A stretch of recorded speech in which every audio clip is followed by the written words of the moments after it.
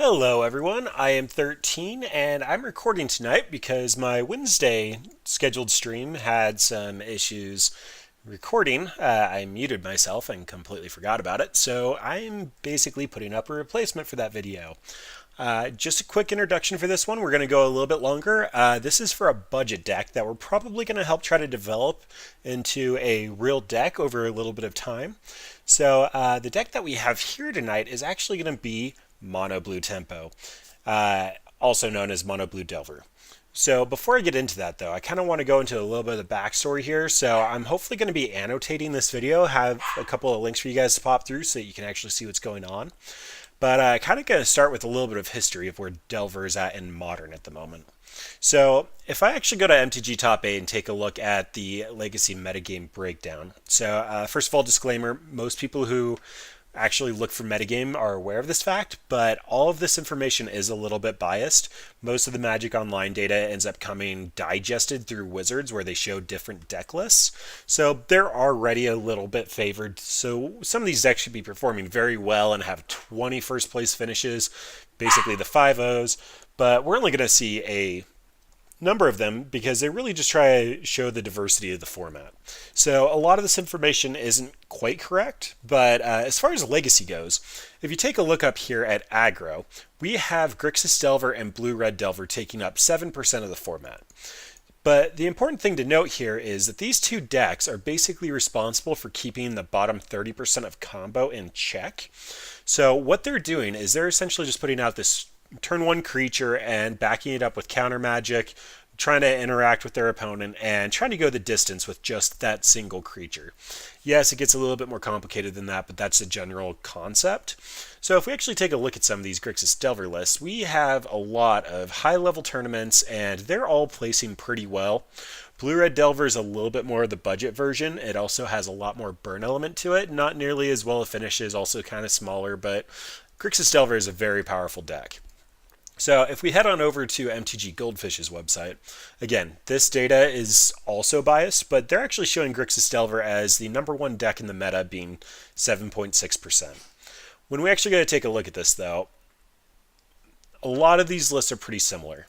The general concept is you run out a turn one Delver of Secrets in a deck with 28 spells, so you're likely going to flip it over into the 3-2 pretty quickly in the game.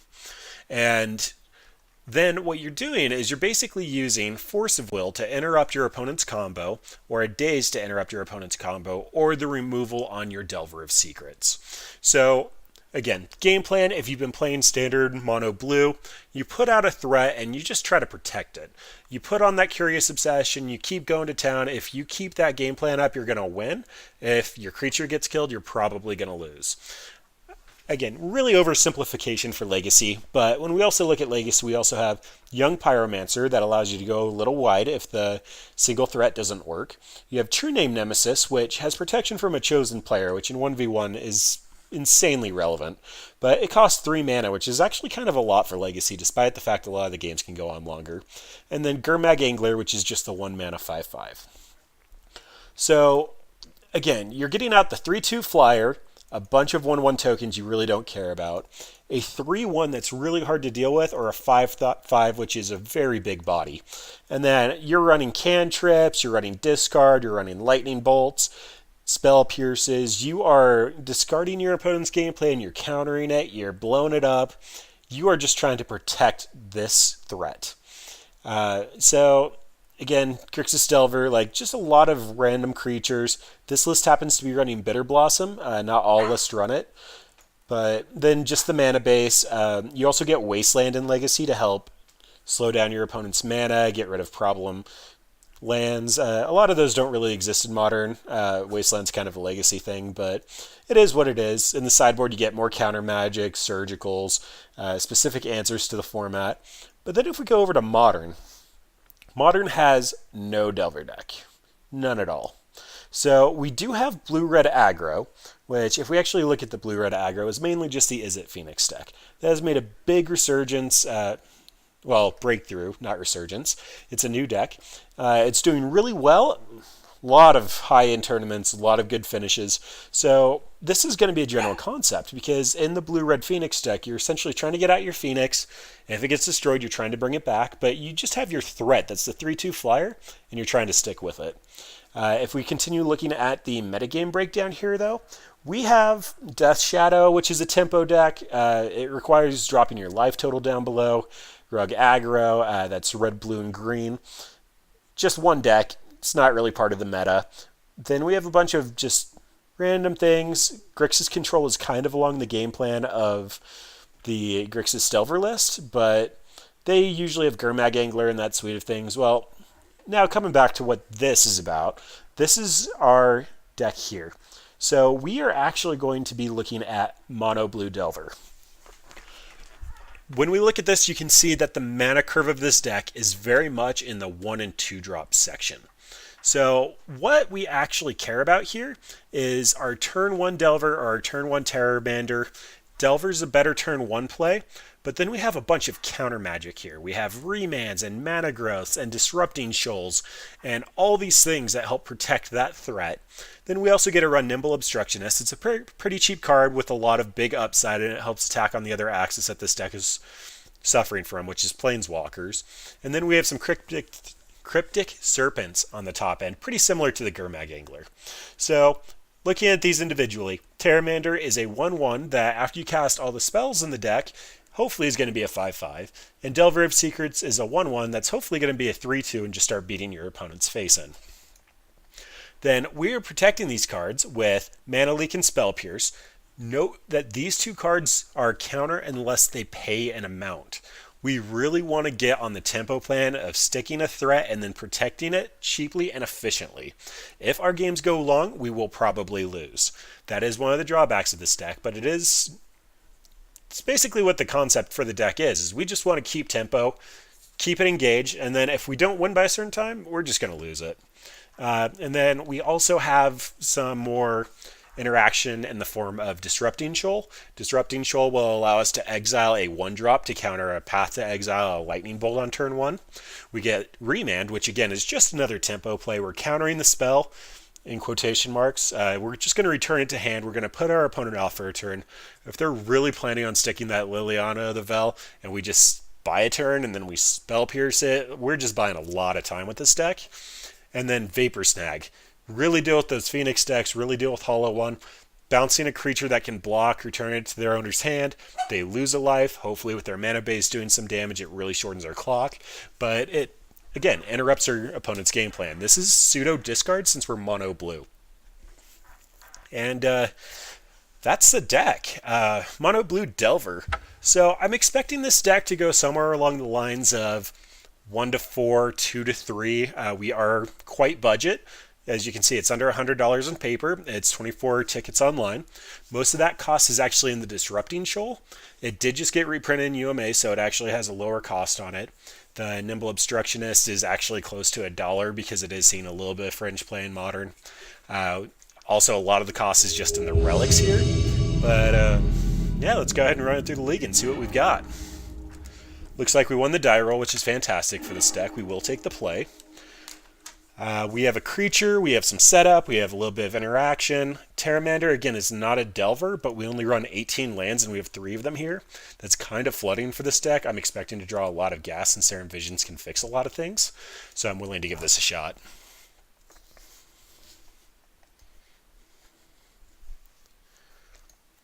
Alright, so opponent goes down to 6 and puts a card on top. So I'm going to lead on Serum Vision since we have no way to protect the Terramander and it's not going to get bigger anytime soon. And we do not want those 2 lands. Alright, we can go ahead and ship it on back. Alright, so it looks like we're playing against some variant of Burn here. And we are just seeing more and more lands. Alright, so Terramander can come down. We really want this to survive. Depending on what our opponent does, we actually might Vapor Snag it. I don't want to lose the life, but this is our only threat at the moment. Cryptic Serpent did not get a highlight in the deck tech. This will cost 1 less for each instant sorcery in our graveyard. Hopefully this will be 2 mana for a 6/5. And opponent is on Gemstone Caverns, which means we might have a Blood Moon in our future. Chalice on 1. Alright, so Blink of an Eye is definitely going to take care of that. Looks like we were playing against Big Red or Red Prison. Essence Scatter can definitely do something. I really want to get the text of draw an additional card out of our Blink of an Eye, so just go ahead and get on in. If our opponent is on the Rabble Master plan or something, Essence Scatter should do some work, but Chalice on 1, if we quickly look at the deck tech, is going to cover most of our threats. Rabble Master. Alright, Essence Scatter for the win. Hopefully that was our opponent's only threat.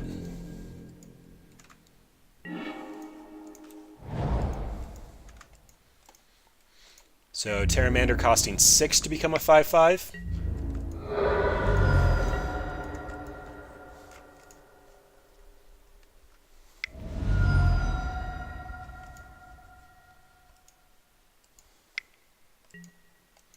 Legion Warboss.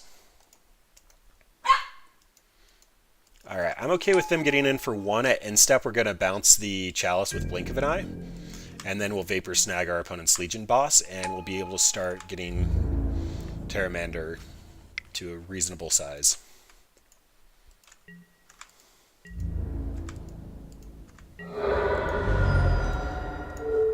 Alright, so I'm going to return this to hand and draw a card.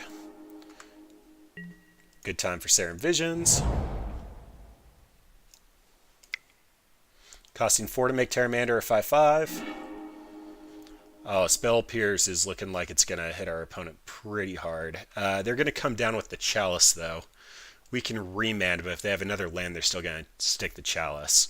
So these actually might just both go to bottom. We're looking for something a little more permanent. Then we can run out our Delver, bounce their creature. And then that's going to be 2. This is going to be 3. So we will run out the Cryptic Serpent as a blocker.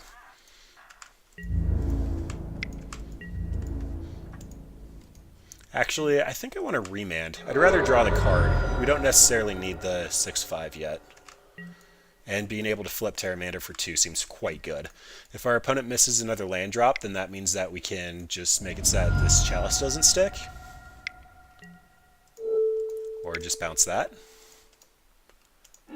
So opponent's taking another turn off. Another bounce spell is fantastic. Doesn't even want to try to trade the 1/1 for the Delver. Not going to reveal the Obstructionist. Likely going to be cycling that.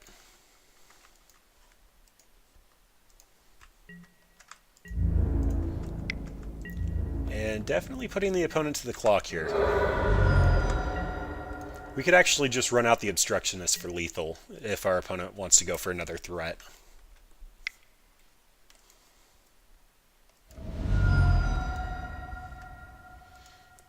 Opponent's on the Dismember plan? Yeah, that's fine. I'm expecting to flip the Delver because we have a lot of non-creatures in this deck, and the Obstructionist can just come out as a 3/1.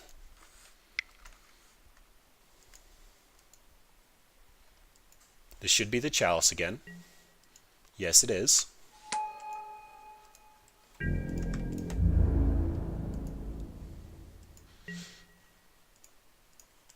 So put out our 3/1 flyer.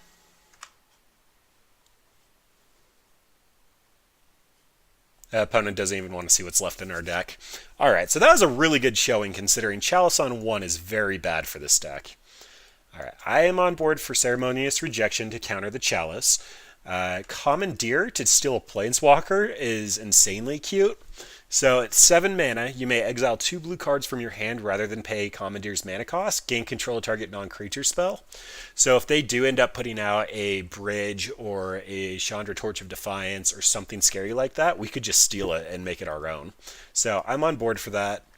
Negate also seems good. Most of their creatures are going to, non-creatures are going to be threats. They did appear to be on the Rabble Master Legion Warboss plan, so that's looking a little less appealing. They definitely won't have any artifact hate. So Isochron Scepter is really funny.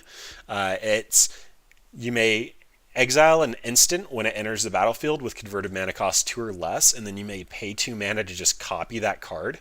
So we could put something like Echoing Truth below it and just continue balancing their tokens. As far as cuts, they do a lot of big mana things. I'm okay for the turn 1 Spell Pierce, but Mana Leak's probably coming out. I really like a lot of the bounce effects. Blink of an Eye can be 2 mana or 4 mana as far as Chalice is concerned. Cryptic Serpent's going to be a fantastic blocker if they do end up going on the bridge plan or something along those lines. Shoal is looking significantly less appealing. Our deck is very low CMC, low to the ground, and Disrupting Shoal requires you to exile a card with the same mana cost that you're countering.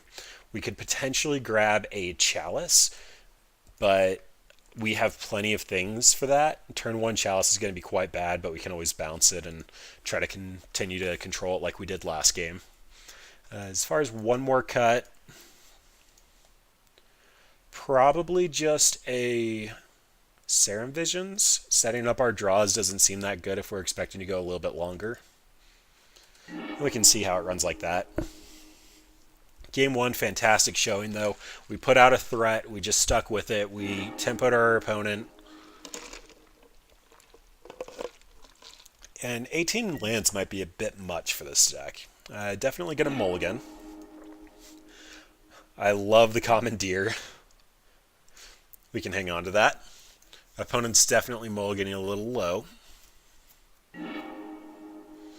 And I want a threat, not a Serum Visions.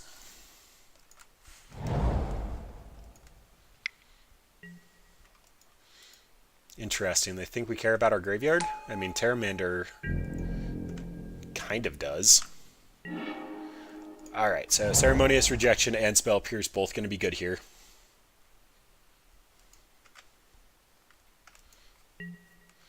Opponent only has 3 cards in hand and they let on a colorless land that's legendary. So they might be a little slow. Yep, they're on the Spirit Guide plan. Desperate Ritual. Rabblemaster. Oh, we can't actually counter that. Okay, that's fine. This is going to be a problem, but our opponent gets to stick with it. Hopefully we will see something that we actually care about. A Vapor Snag will really set our opponent back. Alright, Serum Visions, at least see what we're working with. Both of these are looking significantly less good with the Relic out. But let's see what our opponent's got. They only have 1 card in hand. It would be really sad if this Rabblemaster goes the distance.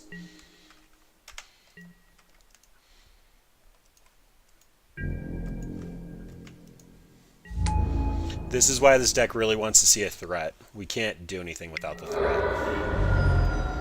Alright, Negate's not looking great.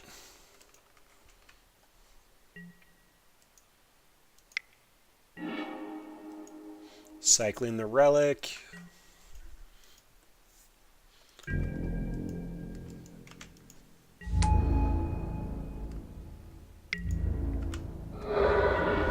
Didn't get in with the Rabblemaster. Alright, so this is going to get +4. That's 10. We're dead. Alright, that was unfortunate. Really makes me want to consider these mana leaks over the negates, just because they do seem heavy on the creature plan.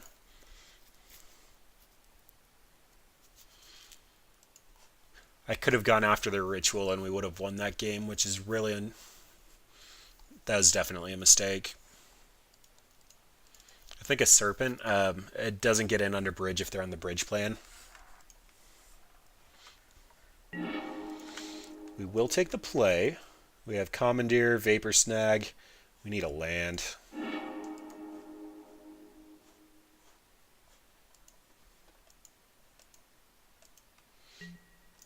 Alright, I'm not happy about this hand, but I'm willing to make it work. This is turn 1 Pteramander. If they're not on turn 1 Chalice, we should be able to put up a fight.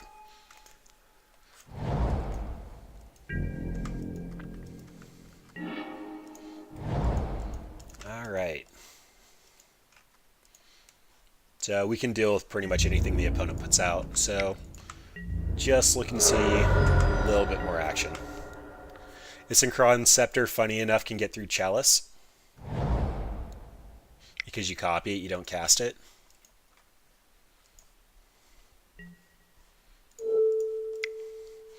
And Chalice on 1 is very bad for our deck, so I am going to counter that.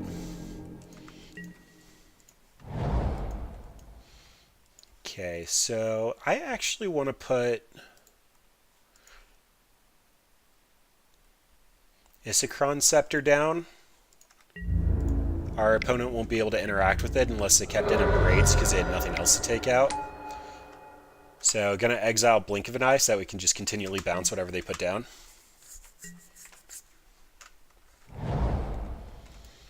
And we'll see if they have Artifact Hate.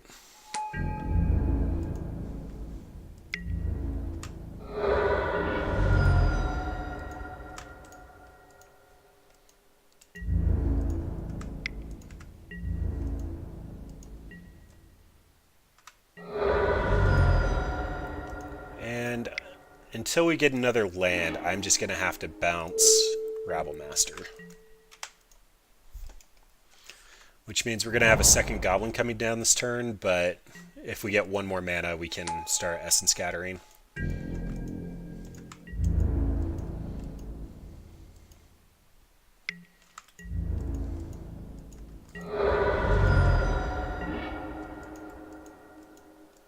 Alright, not really what you want to see there.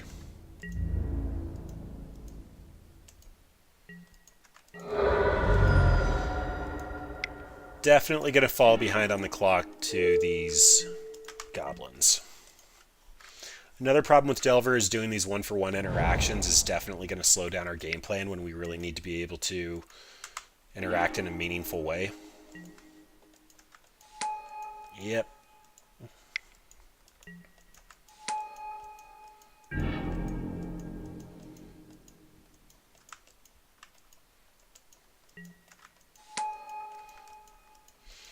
It's looking like Nimble Obstructionist is going to be a flash blocker next turn, just so that we can get the Rabblemaster off the table.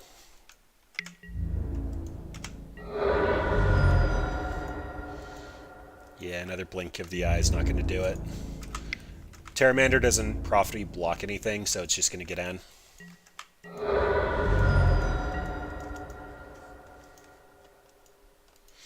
If this were Echoing Truth, it'd be significantly better. We could keep all the tokens off the field. Ooh, boy. I could have Essence Scattered there, but I need to get this damage off the table because it's going to be massive, so... Perhaps something like Aether Spouts or Aetherize to put all attacking creatures somewhere would be beneficial.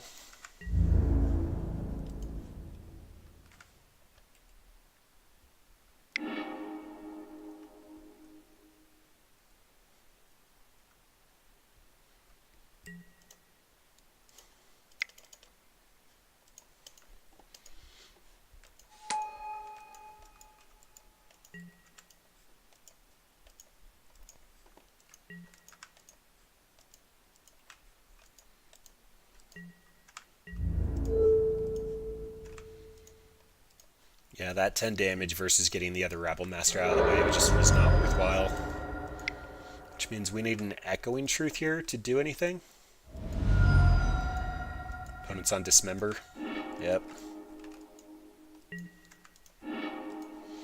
Well, finally there's the island.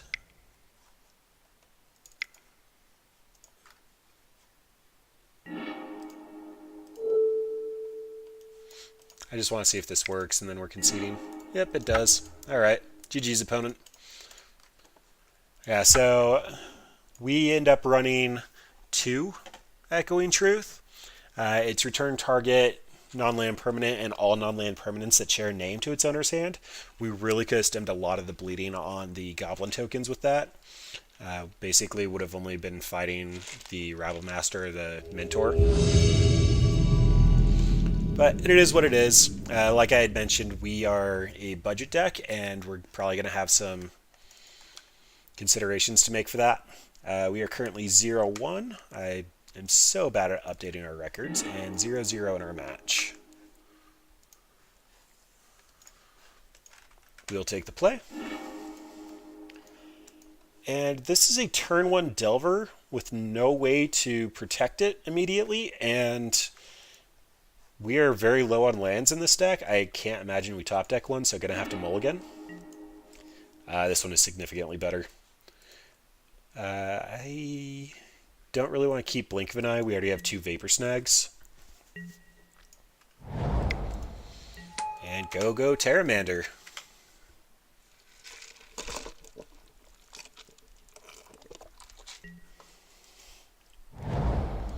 Against Tron.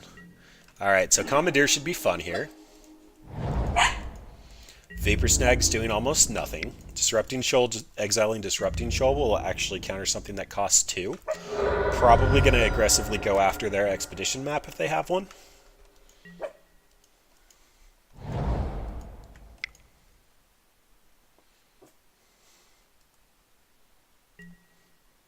Chalice on 1, so it's Eldrazi Tron. So these Vapor Snags actually do have text now, and we are able to protect our Chalice.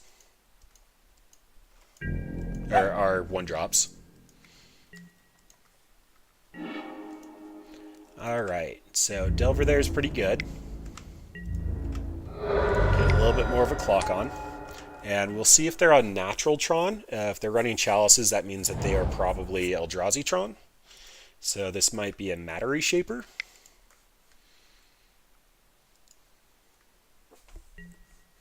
Yes, it is. And I do want to efficiently use my mana and get more instants and sorceries in the graveyard for this Pteramander. Will not reveal the island.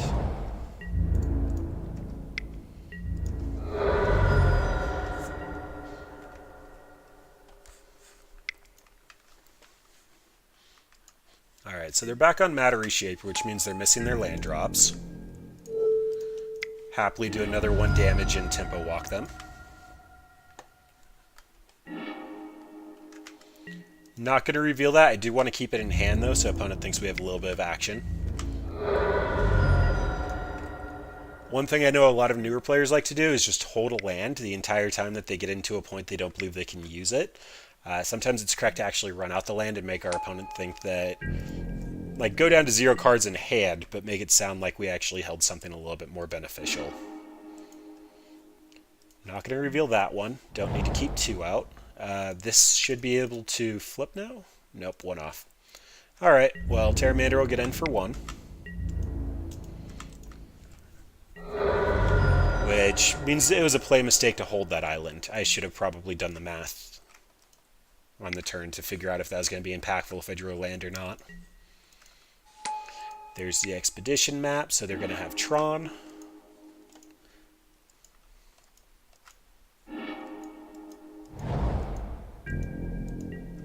And if this Delver flips, we actually could have won this if I had correctly played the land.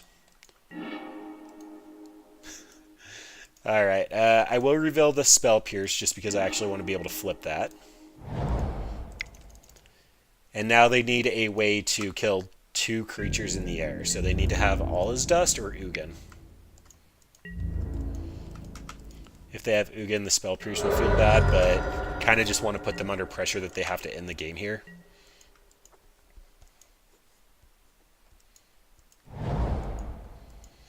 Most of the time, Eldrazi Tron won't run Ugin. Ugin is supposed to be card number 5 in the traditional Tron lists.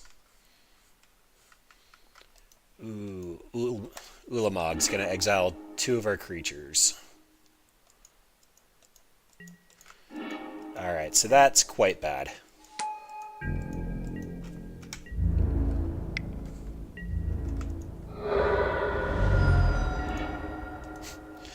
Echoing Truth. So we can bounce Ulamog for another turn, see if that actually helps at all. Gonna wait until the begin combat step so that they can't just recast him before combat. See if they have another piece of action.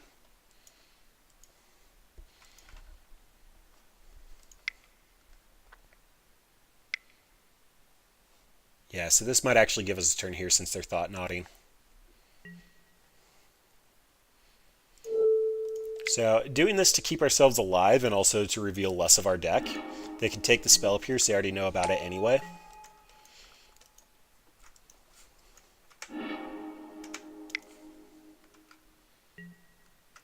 And a Reality Smasher. Alright, so I think we've lost here.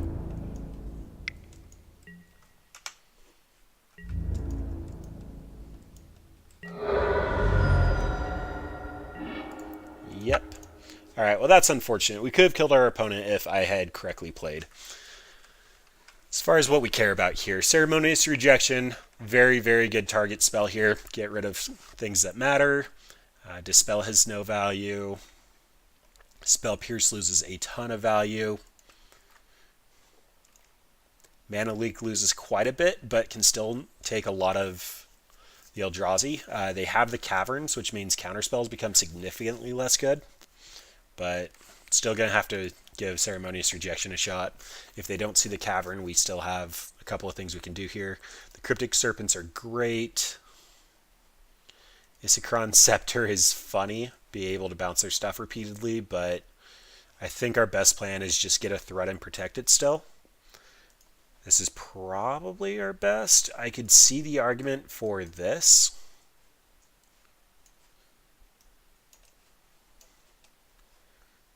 But if they have a Caverns, it does literally nothing. And we need to be a little bit faster, so we can give this a shot. This feels like a really bad matchup. They're just going to go above our heads and do bigger and better things. Nimble Obstructionist is not much of a clock. But we have turn 1 Serum Visions and a lot of pieces that work, so see if this can craft our hand a little bit. Alright, Pteramander is good. Third Island is necessary. Probably should have done that in reverse order, though.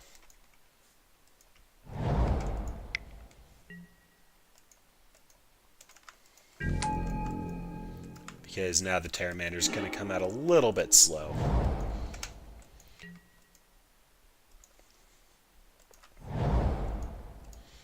Yep, Caverns is making things look significantly worse. Alright, well, at least now we have Pteramander with one of our 2-drop bounces. Again, still not loving where we're at, but it's better than nothing.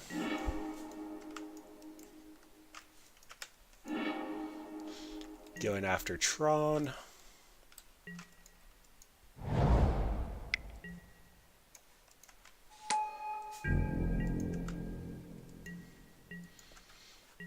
So they clearly think that they have Tron here. They probably have a lot of big drops in their hand, so I'm actually going to cycle the Obstructionist on the Expedition map.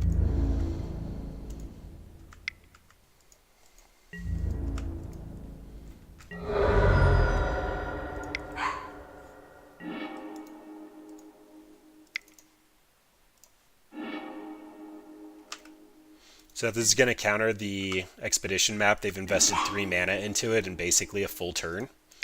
They even put it in our main phase, so we were able to draw another Pteramander. So things are actually looking pretty solid for us at this point. We have the Disrupting Shoal if they go for another map. Nope. Okay, so Thought Knot. They get to take a card of their choice out of our hand. Probably the Blink of an Eye. Potentially the Serpent. Yep, there goes Blink of an Eye. It replaced itself and put them off tempo, so that makes a lot of sense. And good to get in with the Flyers. It's going to cost 7 mana to activate. I'm going to Vapor Snag after they hopefully tap out for something.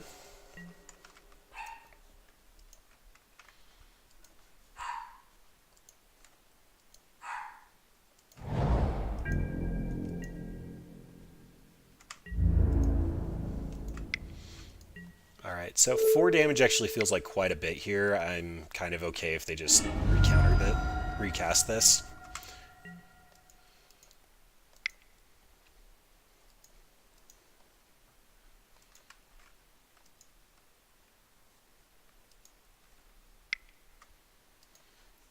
And then when it enters, I'm going to cast the Echoing Truth to reduce the cost of these Pteramanders so I can actually make one of them 5/5 next turn. Oh, that's an Obstructionist. I'm going to need one more card or a land. But that's fine. Probably leaving me with Mana Leak because they have Caverns out.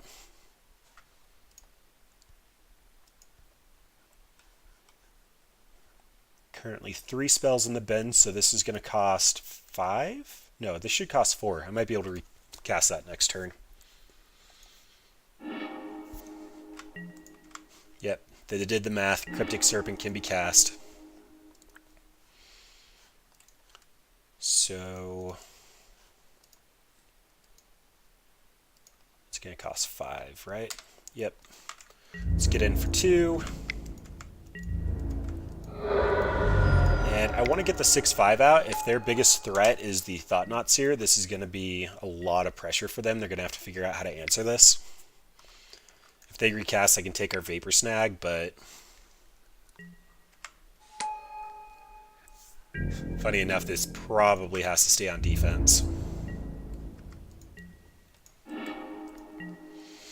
Alright, and then I'm actually going to use the Claws on Reality Smasher that we have to discard to our advantage. This Mana Leak is doing nothing for us, so I'm going to Vapor Snag it.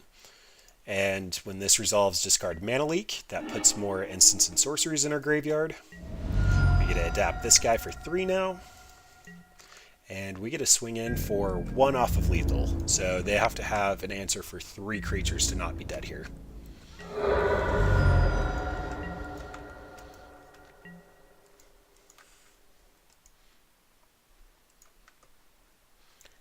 And again, this deck has some legs to it. We are definitely on the back end here. They have significantly stronger cards. They have much better tuned cards for their strategy.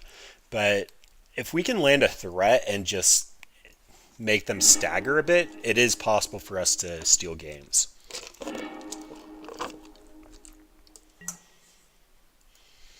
Oh, this is tempting. I think we need at least 2 lands to function, though. I said 2 lands, not no lands. And I would love a threat. Hey, look at that.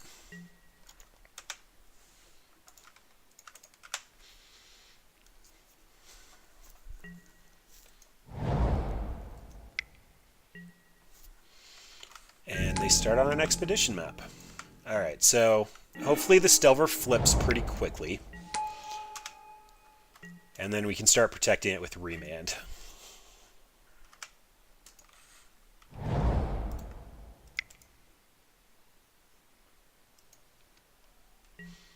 Alright, so unfortunately have to take the Chalice here.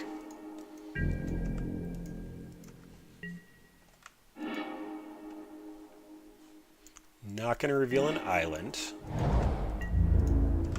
And this is starting to look quite bad. We need some gas for this Cryptic Serpent. It might be correct to have Thought Scours in this list somewhere. Oh, I just realized our deck list is old. There we go. That's better. And our current match is 1-1. Yep, and there's the Warping Well. So our opponent doesn't have anything going on, but neither do we. Hopefully our Serum Visions will help us dig out of this a bit. Essence Scatter is tempting, but Expedition Map's probably going to get a Cavern since they're not very well on the Tron plan. I think this is just what we have to do.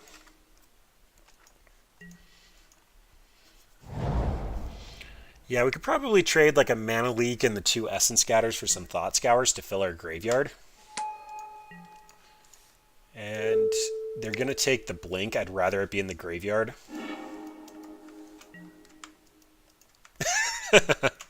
Alright.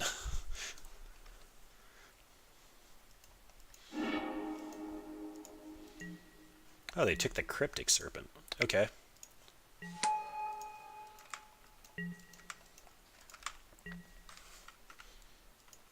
I guess Cryptic Serpent was a little threatening at that point. It would have been able to be cast, and they're on a Thought Knot. Again, gonna run it back. If we get a land, we're kind of just winning.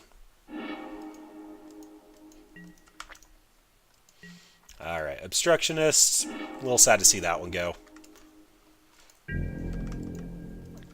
But land here is turned into a 5/5. And we'll see if they can handle Pteramander in 4 turns.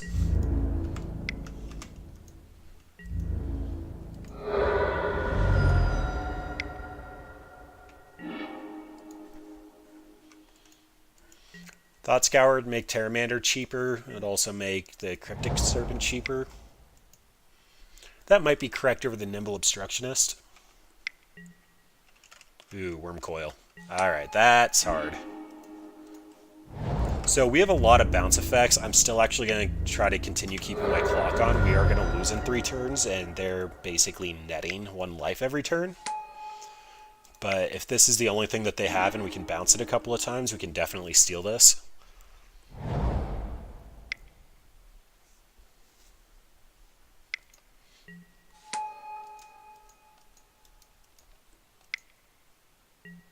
Oh, wow. Echoing Truth would be amazing.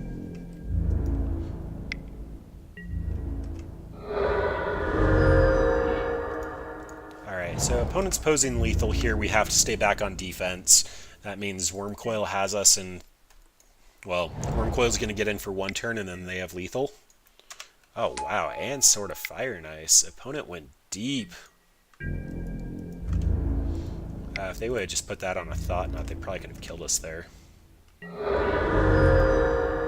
Definitely could have killed us.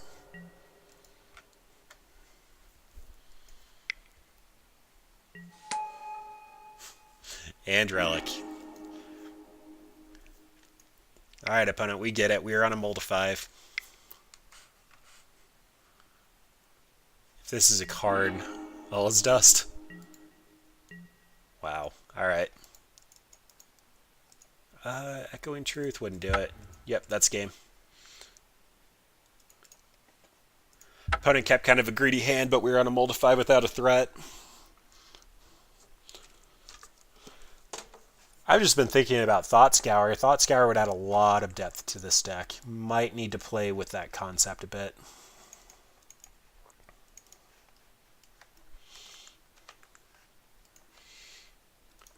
So Thought Scour, for anybody who's probably watching and isn't aware of it,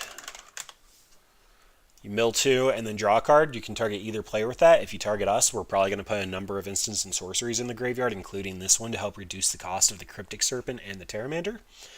It also flips the Delver, so potentially a little bit more value there, just more instants and sorceries. The Nimble Obstructionist was a little bit of ability to deal with planeswalkers that have stayed active and make it so we don't necessarily have to target the planeswalkers. We can just stifle their ultimate if we can allow them to live, or stifle their ability so that we can kill it on the backswing. Like Liliana the Vel. They make a sacrifice, we stifle it, then attack it and kill it. Alright, well, this hand does kind of what we needed to. We should be drawing gas after this, seeing 5 lands, but we have a threat, a little bit of interaction, and a high probability of flipping Delver with 5 of our... Let's see, we have 10 creatures and 18 lands, so probably somewhere in the ballpark of like 75% chance to flip. If this gets bolted here, gonna feel super bad. Discard this, opponent. There we go. Look how lean that is. We kept a Vapor Snag.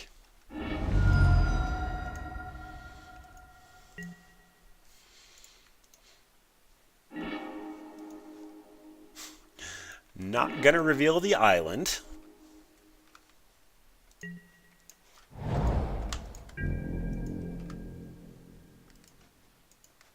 So opponent leading on Blackcleave Cliffs into Thoughtseize is probably Jund. So we can expect a bolt here. Possibly another discard spell if they are onto the fact that... Okay, it might be Hollow One then.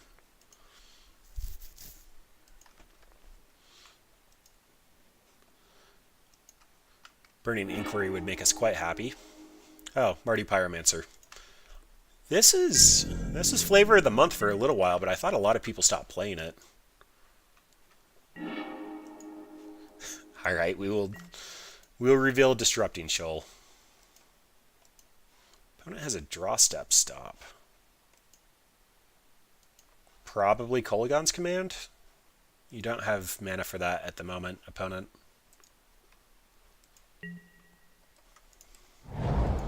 Disrupting Shoal, funny enough, can grab a bolt now or a push.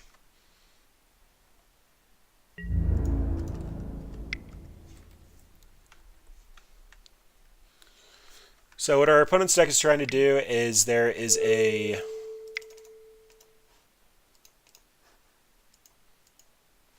Young Pyromancer in the bin. Whenever they cast an instant or sorcery, they create a 1/1 token, as well as a Lingering Souls that creates 2 1/1s with flying. Our opponent is essentially just trying to create a bunch of tokens in a go wide strategy while running a bunch of powerful cards like Path to Exile, Lightning Bolt, Fatal Push, Kolaghan's Command. Just try to attrition grind out the opponent, seeing as we have a lot of islands in hand and our opponent's over there sculpting, as well as being able to flash back half of a card in a graveyard that can profitably block our Insectile Aberration. We're probably not going to make a lot of progress here. Their deck thrives on being able to remove creatures, and we're just trying to protect 1 or 2 at a time. So, especially with a very, very blue draw like this, makes it quite bad. Like, Insectile Aberration here just can't attack in. Like, it's not trading with half of a Lingering Souls. We've invested way too much of our strategy into this, and we can at least wait until we get a bounce spell so that we can profitably take advantage of that, or see the Echoing Truth so we can pick up all the tokens with the same name. Yeah, Rocky, it's not looking good.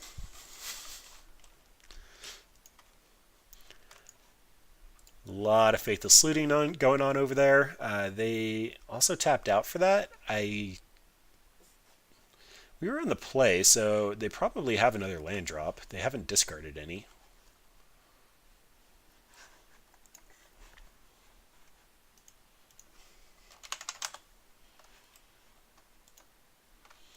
Definitely tanking on what they want to do, though. They just need to find a little bit of interaction. They've definitely locked this one up.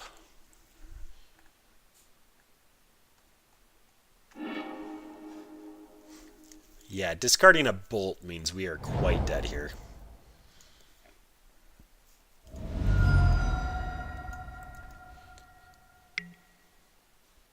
Yep. Goodbye, insect. You tried.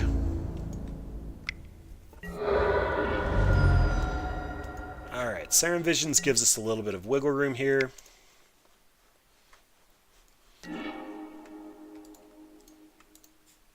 I like the Pteramander. So currently costing 3 less, so it's 5 to flip over.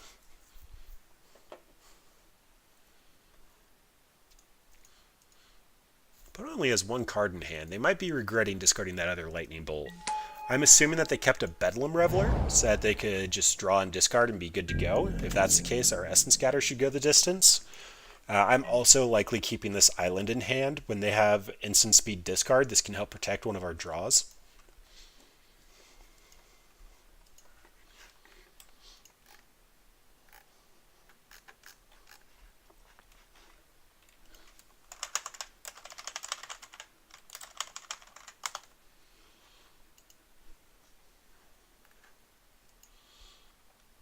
Looks like Hazoret is potentially playable in Mardu Pyromancer. Collective Brutality can snag our Pteramander. I know a lot of the lists do run the Lingering Souls, additional bolts. Blood Moons are definitely going to be coming out if they have them main board. Yep, just to confirm, this costs 5. Yep. So they're picking up their Young Pyromancer, is going to eat the Essence Scatter. Kolaghan's Command, instant speed, can make somebody discard. Again, going to keep an island for that reason. But they did 2 damage to Pteramander and picked up the Young Peasy.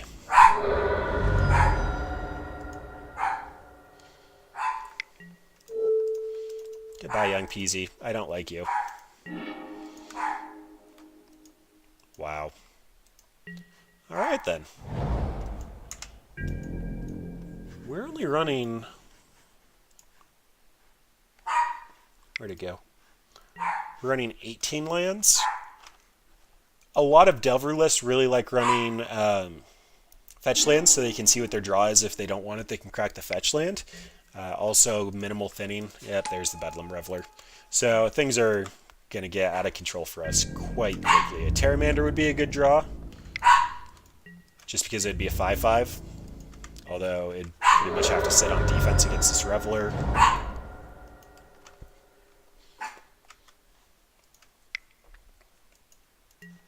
Ha!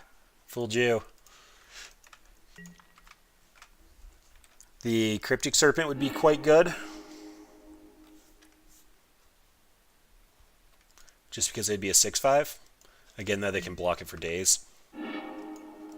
Blink of an Eye. Interesting. So, I don't want to blink Bedlam Reveler. That'll just allow them to recycle their hand. I do want to draw. I'm going to get rid of a Spirit for sure. That's just going to go away permanently, and then hopefully find something to do with this Reveler. We have a lot of bounce spells. And a Remand. Alright, so... Still probably want to keep the island if Remand cycles into something we want.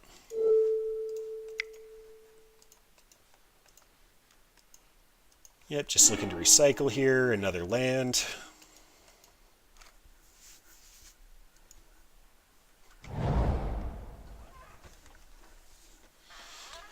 Opponent's seeing 8 more cards than us, though.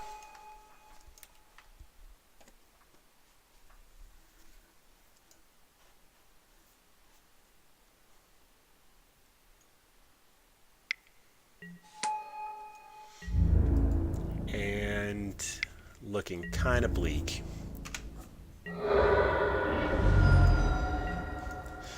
Well, Pteramander becomes a 5/5. We'll see if they have anything for it.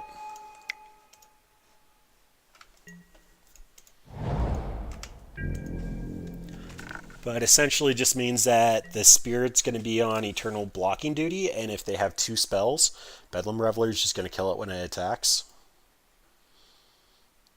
Still willing to see if they have something for it, though. It's not impossible we find a bounce spell for the Spirit and then get a swing in twice by Blink of an Eyeing and then putting a chump blocker or a 6/5.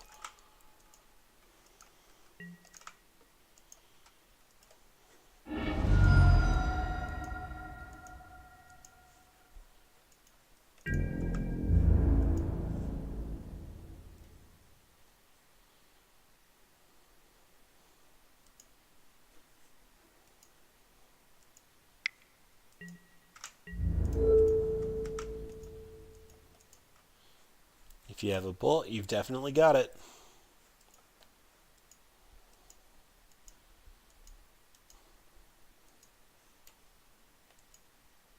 Well, opponent?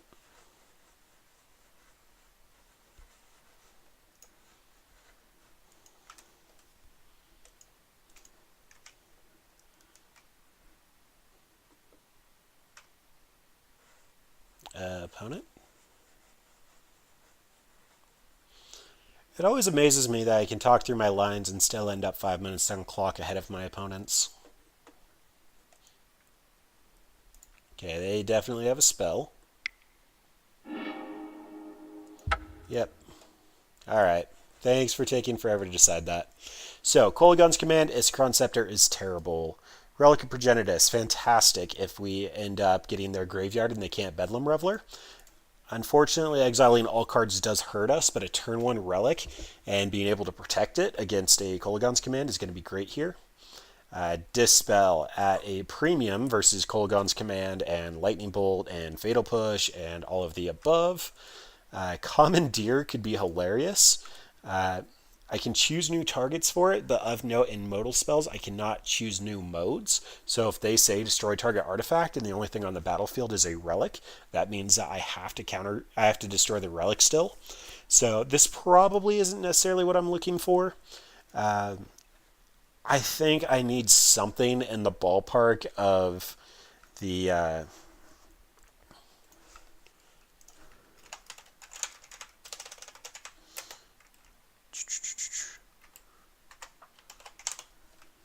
something in the ballpark of Devastation Tide to return all non-land permanents. This is not the first time that tokens have beaten us up, and that does seem like a definite flaw in the strategy.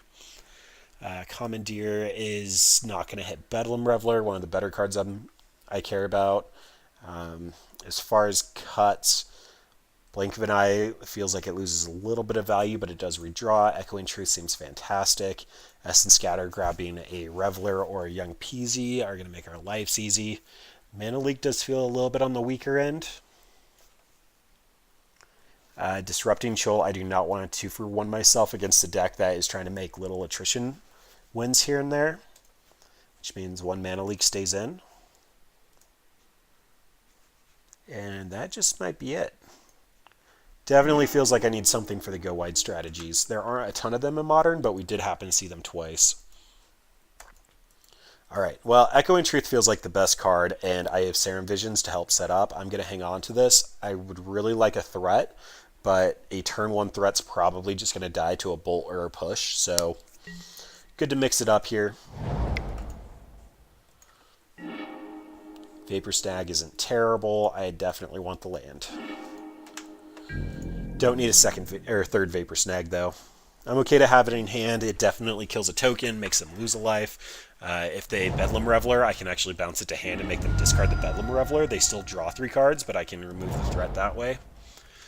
Mono Blue doesn't have a lot of interactions for that. And Thoughtseize probably getting an Echoing Truth, potentially of Visions.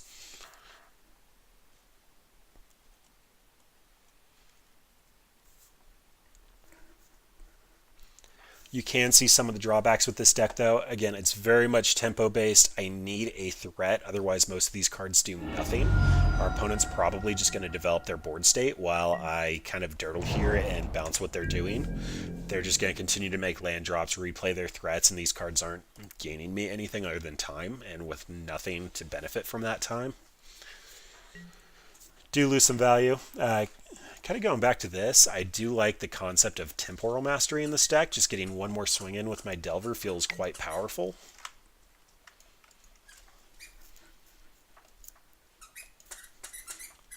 I probably should have remanded that as they hadn't made their land drop yet. But this is card disadvantage and 1 mana. I don't feel much incentive to just run that out.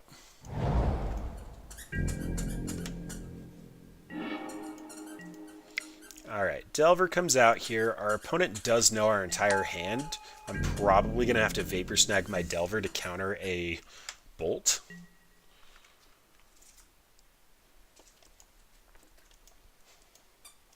But I need some kind of clock. I can't just let my opponent develop.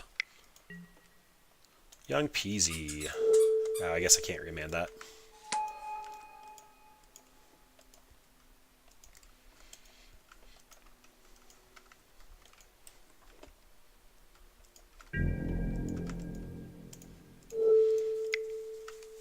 So opponent might get a token out of this. They're going to crack the Marsh Flats and kill our Delver.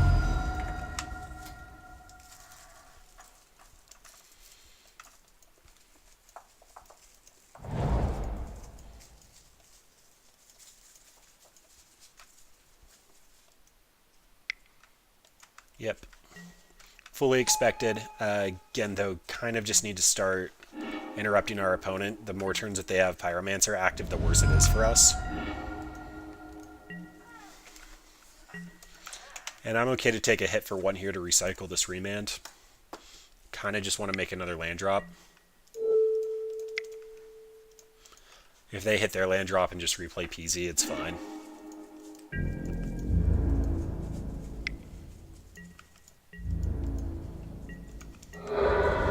Meanwhile, instants and sorceries are going into our graveyard, so that's kind of fine.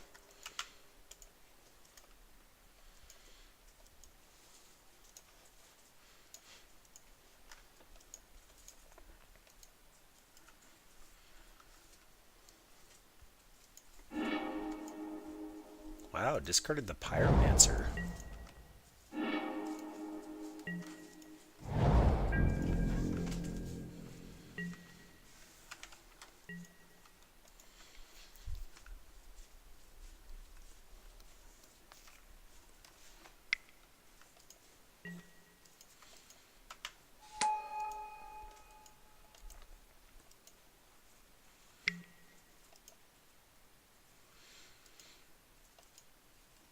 Okay, so opponent's going to get their pick of things here, but I think I want to hit the young peasy before they can reinvest.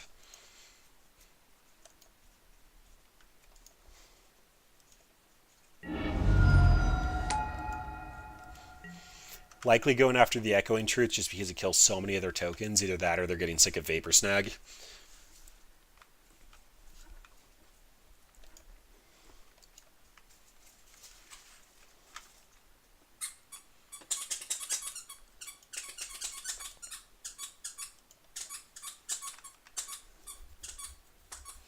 It's possible they go for Blink of an Eye just because it replaces itself.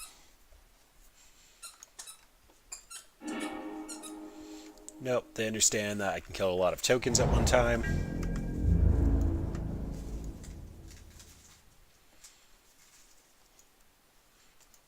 And these tokens aren't much of a clock at the current moment. I'm okay to just take my beats until I'm under a little bit more pressure.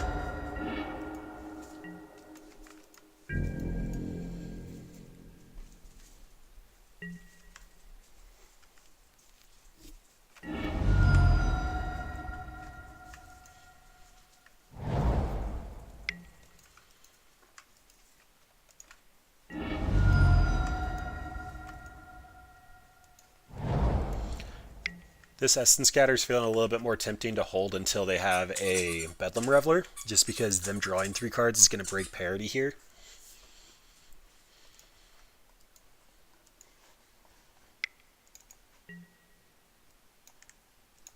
Like that. No thank you.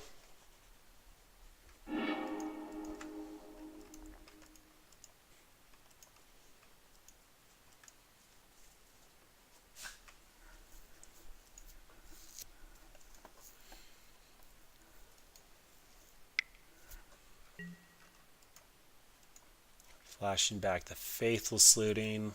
Clearly they didn't like their hand. They're okay to discard the 2 in hand.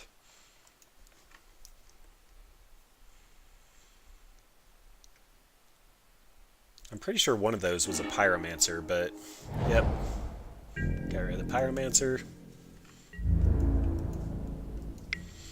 2-turn clock doesn't mean a whole lot. This will eventually add up, but it's not enough to blow one of my spells on yet.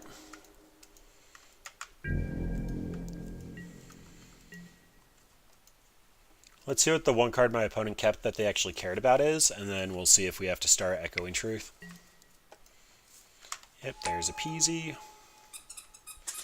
Doing this pre-combat feels loose because if they end up making a copy or trying to interact with my board at all, I can just...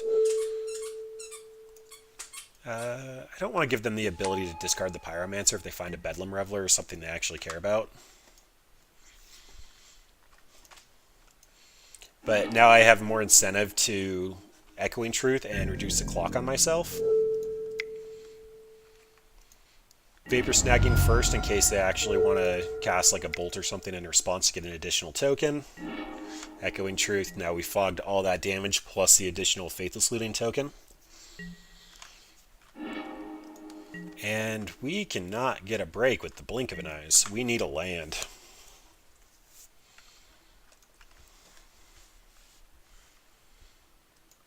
So Pyromancer's going to come down, and this might be where we start to fall behind. There could be an argument to just blink it, but I would rather draw the card. We need some type of clock.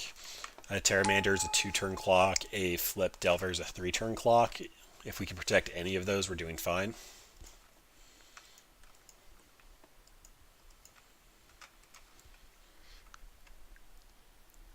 Meanwhile, our opponent has seen 11 more cards and still isn't doing anything super productive with those cards.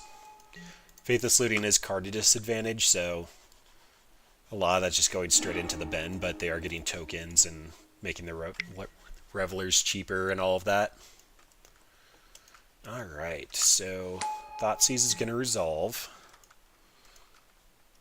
They have to go for the blink here unless they're holding a K command.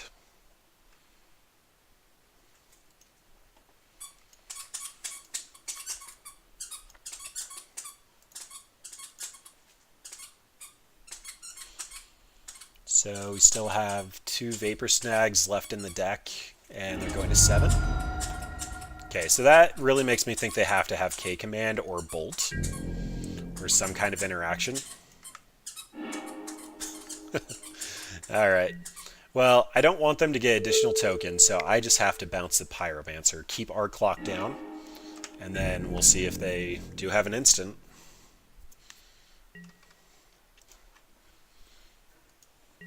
They've discarded pushes and magma sprays and, wow, even the K command.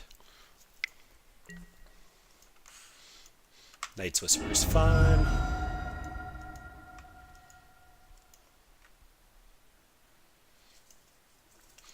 This is where something like Psionic Blast would be quite good. It just deals 4 damage to a creature or player and 2 damage to yourself. It's a great way to actually finish off and get the reach. A lot of times burn decks need the Lava Spike or the Lightning Bolt just to get the last 3 damage to the face since they can't get through the blockers.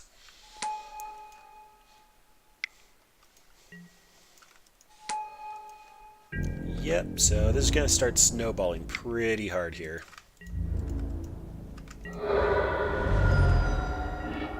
Alright, there's a Pteramander. So we have 1, 2, 3, 4, 5, 6, 7, 8, 9, 10, 11.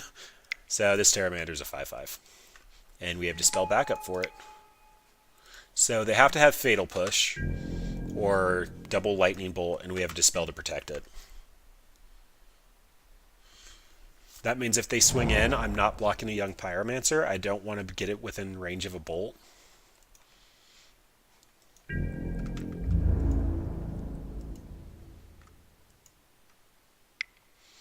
Wow, and leaving back the elemental tokens. Alright, I don't believe they have any combination of cards that can kill us there, so... Bedlam Reveler's fine. We'll see if they find their bolt. Or they had a bolt, I meant push.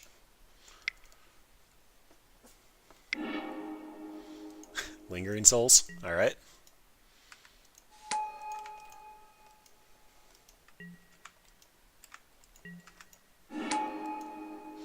They don't have enough to flash it back, so a Echoing Truth, another Blink of an Eye, a Vapor Snag, all of those are lethal.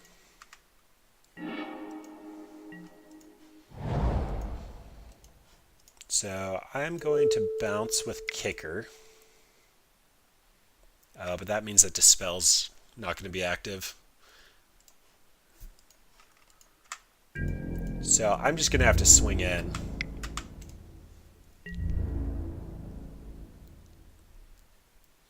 They're going to chump block. Oh, they're double blocking? It's even better. Alright, so they're going to bolt here.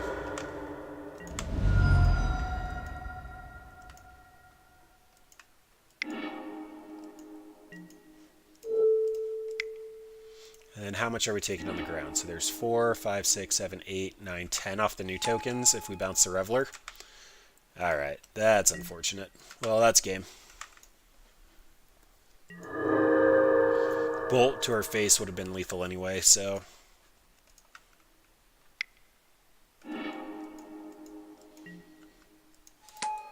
Yep, we just let our opponent do their thing for too long. We needed to have a firmer clock.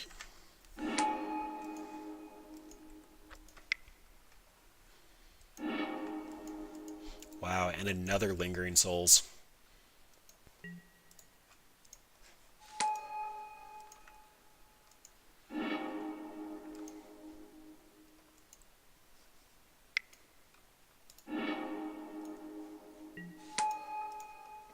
Whoops.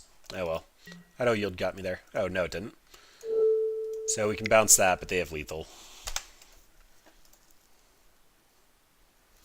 Just want to see them swinging in with the tokens as well.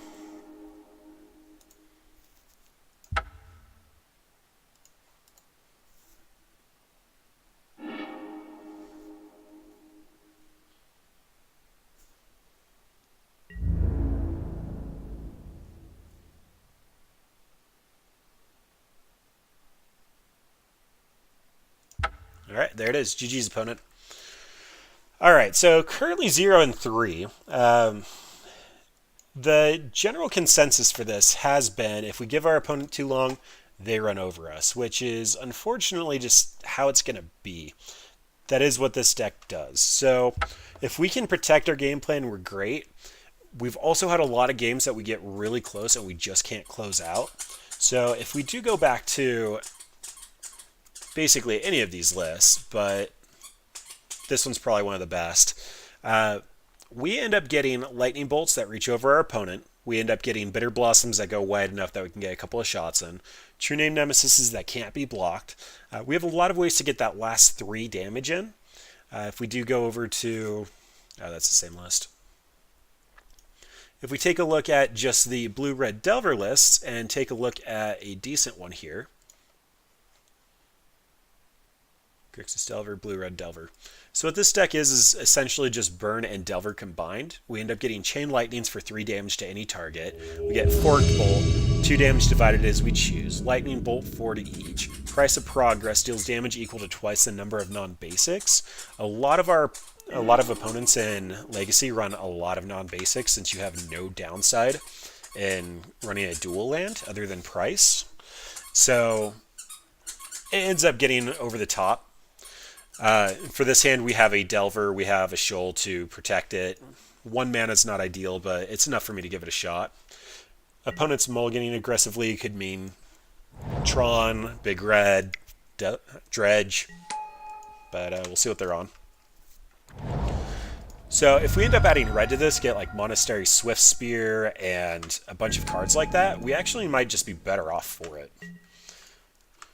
But we are trying to stay budget. Mono Blue is going to help do that. Not going to reveal the island. So there is the old saying, bolt the bird. I'm going to see if they want to block. I highly doubt it. It's 1 damage. Going to run out Pteramander and Vapor Snag because Disrupting Shoals for 2, Nimble Obstructionist is for 3. If our opponent's on green-white birds, they're probably on something like the Podless, Kiki, Cord, Voice of Resurgence. Don't necessarily like that. I will Disrupting Shoal it.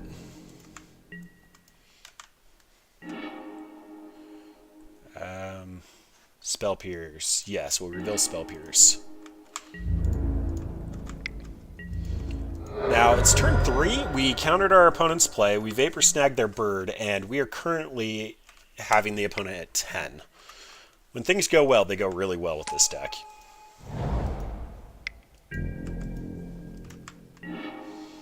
So their bird might be on chump duty here. Either that or they're trying to get to 4 mana. This is looking a little bit more like a 4-color Copycat. If it is, Nimble Obstructionist will come in clutch.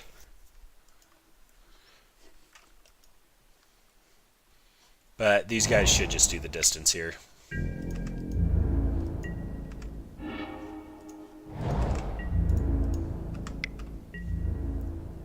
Alright, and it's on our opponent to kill us here. Through a Spell Pierce and a Stifle.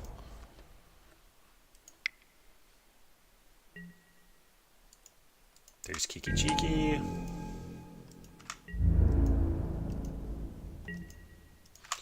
Alright, so our opponent actually wants to copy the birds to block, and he's going to have a bad time getting through Stifle and Vapor Snag here, so...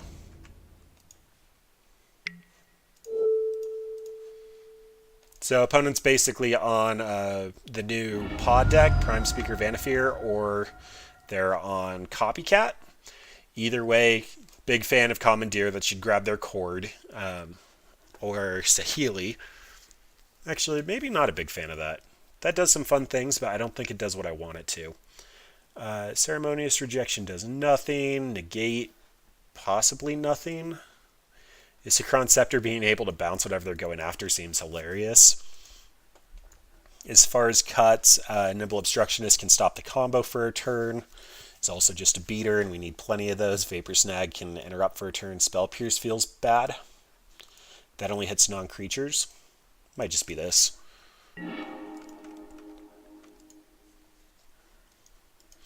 Again, another matchup, though, where our opponent is probably just going to win if we don't kill them fast enough. So, need to be really good with our threats here. We have Shoal and Serum Visions, and Creature is probably as good as it's going to get.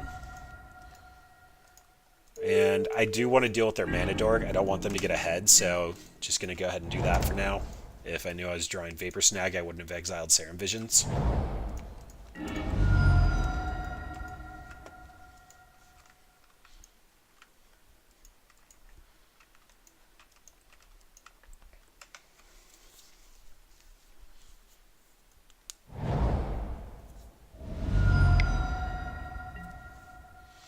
Scoos. Just gonna bounce that, really don't want to deal with it. They probably think we're some type of graveyard strategy. They did see the Pteramander, so they could potentially just be trying to slow us down, but little do they know, we have remands. We're gonna slow you down. Scepter. Alright. So if opponent has Knight of Autumn, that's going to feel terrible. We currently have 3 instants and sorceries on the graveyard for the Pteramander. I know I'm playing the land. I think I'm going to Pteramander and Isochron Scepter under Essence Scatter, see if we can just keep them off of spells. If they have Knight of Autumn here, it's going to feel bad, but I can protect it with the Nimble Obstructionist from here on out. Or just counter the Knight of Autumn. If opponent has no answers to this, though, it should just run away with the game.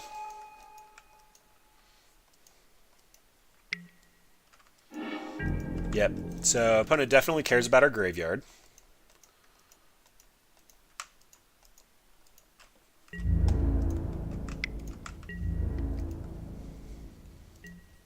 So they're missing their land drop, so I'm happy to just get another threat out here. This is also going to make it so that Scavenging Ooze is 3.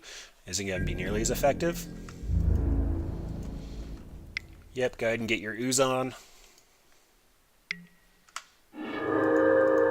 So currently 3-3. And if that's all they're doing, they're behind on clock, so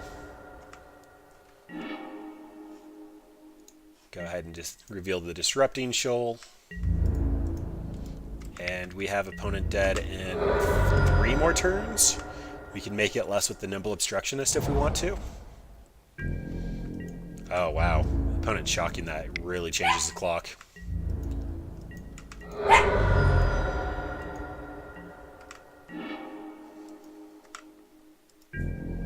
So if they have Resto here, just gonna bounce or counter it. Collected Company, huh? Yeah, that's fine.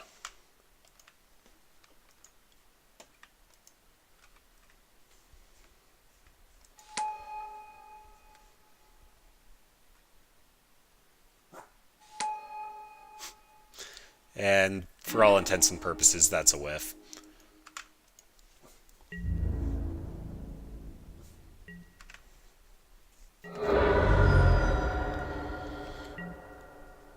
So unless opponent's about to combo off, I think I'm going to flash a Nimble Obstructionist end of turn for lethal. If they leave up mana for another Collected Company, though, it's just over.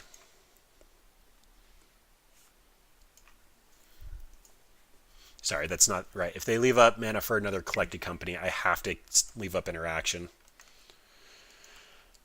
Ooh. Alright, that is going to gain them 1 more life, so the Nimble Obstructionist won't quite be lethal.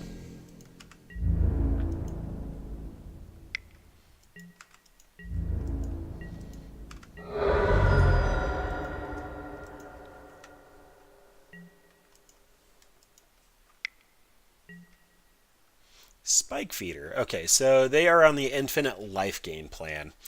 I'm okay to give them a token here. We're going to copy the Spike Feeder.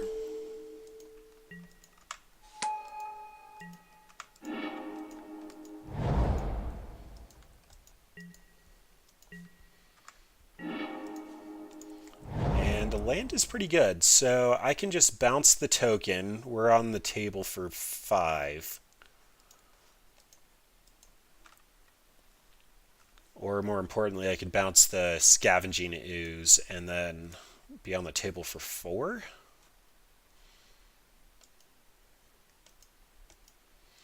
Depends on how many creatures they put down, though.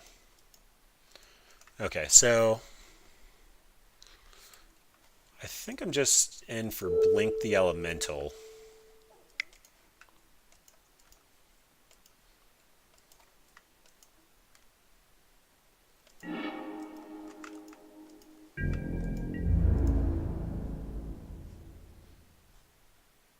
Then they need a way to kill creatures.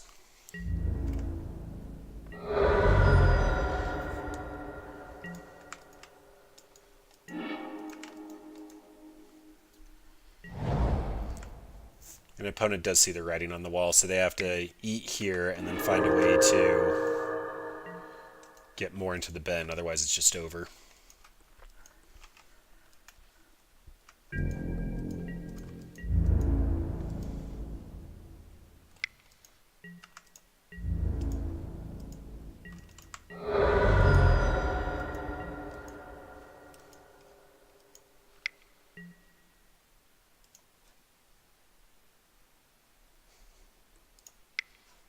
Alright, so I have to counter this, otherwise they have a blocker.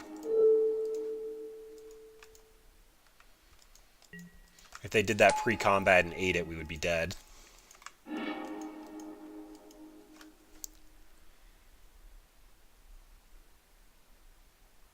And then we can Disrupting Shoal for a 3-drop.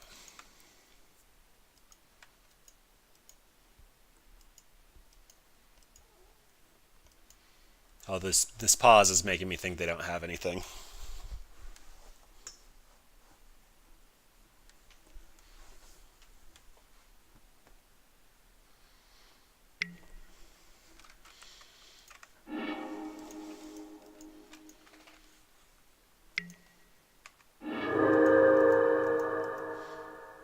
Oh, I didn't think about that. Yeah, now they have 5 life. Okay.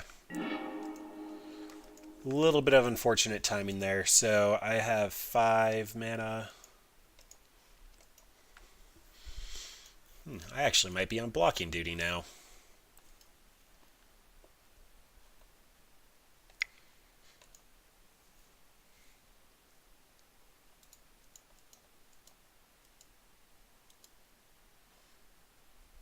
That Scooz actually did a lot of work for them.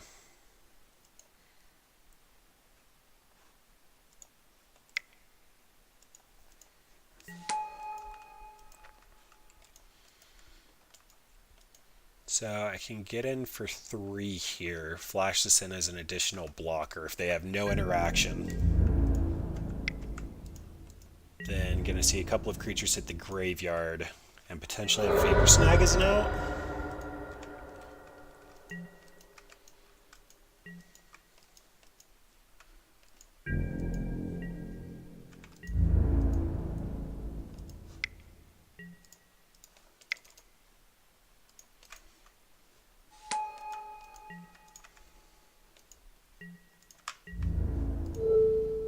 So Delver's gonna eat it. Terramander's on chump block. Nimble will kill the voice. That means multiple creatures go to the graveyard. Scooz is gonna become massive.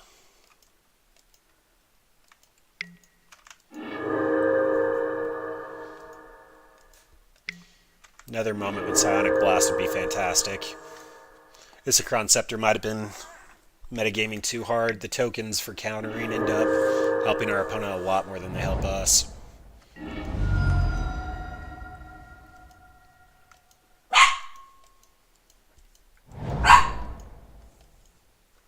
So we've got 3 mana here. Still just eating more with Scooz.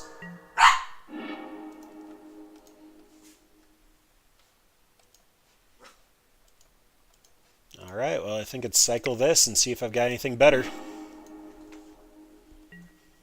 Wow, alright. That was a little unfortunate. So, Relic here? I think the odds of getting cheesed out by a Scooz are pretty unlikely. Cryptic Serpent is looking significantly less good. Relic might be better. We can at least target ourselves and get rid of our creatures.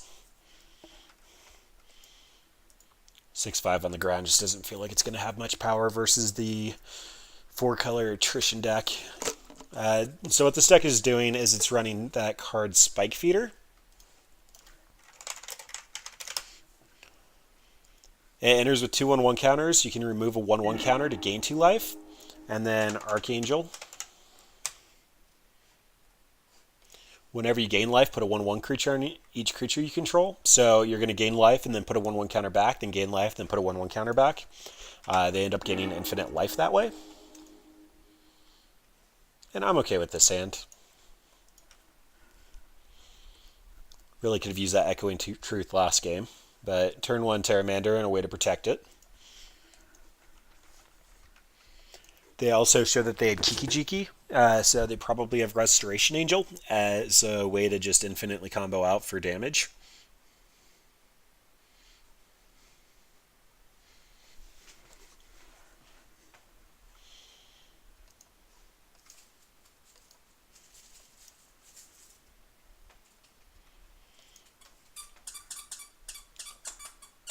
And opponent's trying to figure out if they want to keep their hand or not.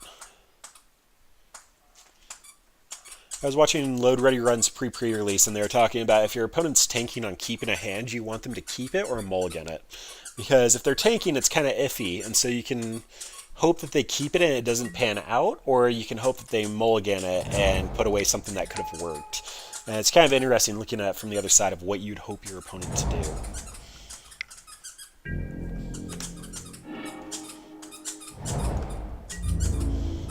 Looking back at last game, there was that turn I remanded when I probably could have just hard countered it and just made it so I didn't have to deal with that Scooze.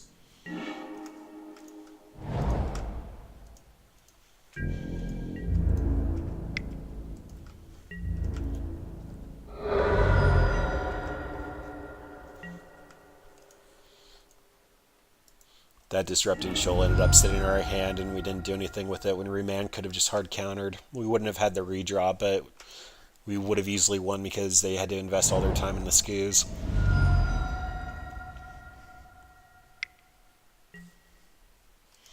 A Braid. Alright, I want to remand that. Alright, well, would have been nice if we could have cast that.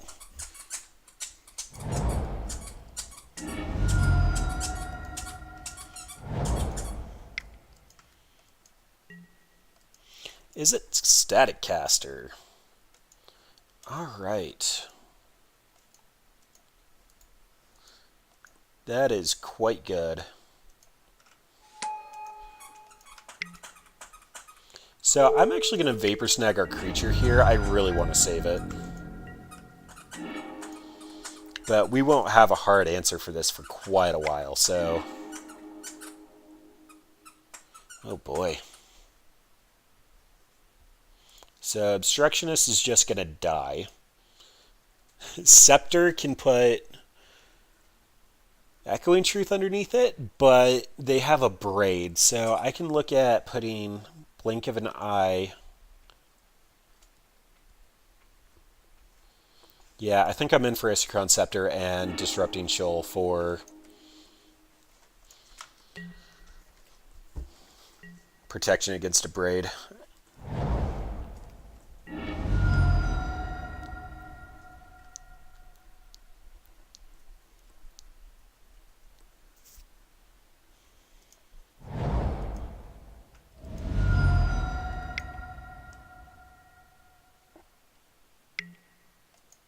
Renegade Rallier.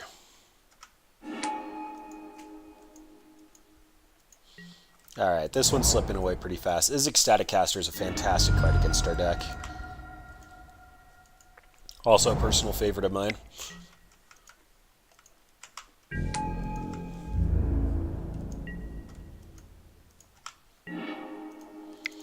Alright, so down comes this Isochron Scepter. I think we actually want to exile Blink of an Eye, because if this goes long, this can allow us to draw cards.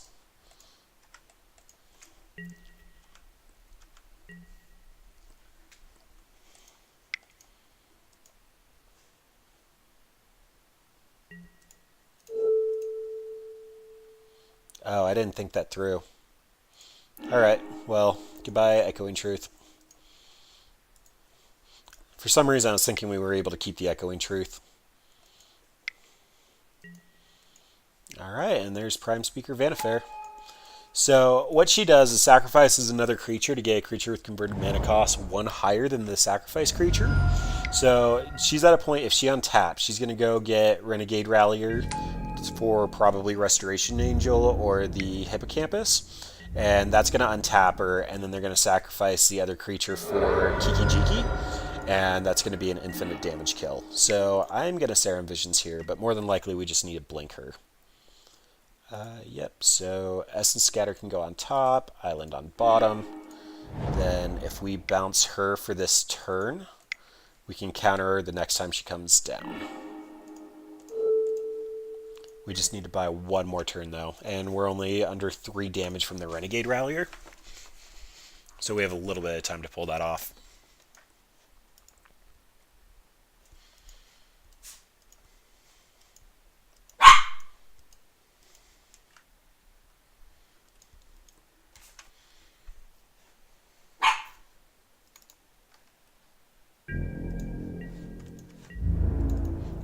Currently 1-1 against this opponent.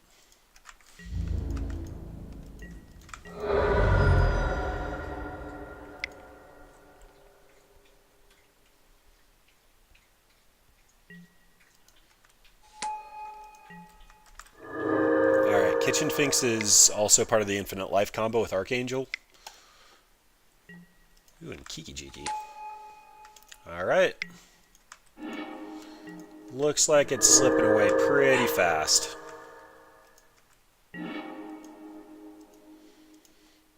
So I have to be able to bounce and Essence Scatter. So I'm bouncing Kiki now. Then we might be able to snag him on the way back down and only be on the table for 6.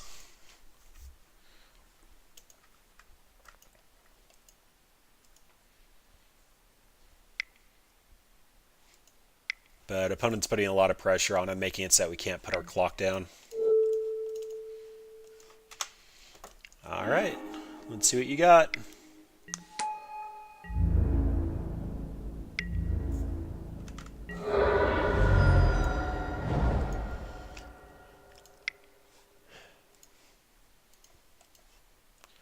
Yeah, I actually think I want to cast this now.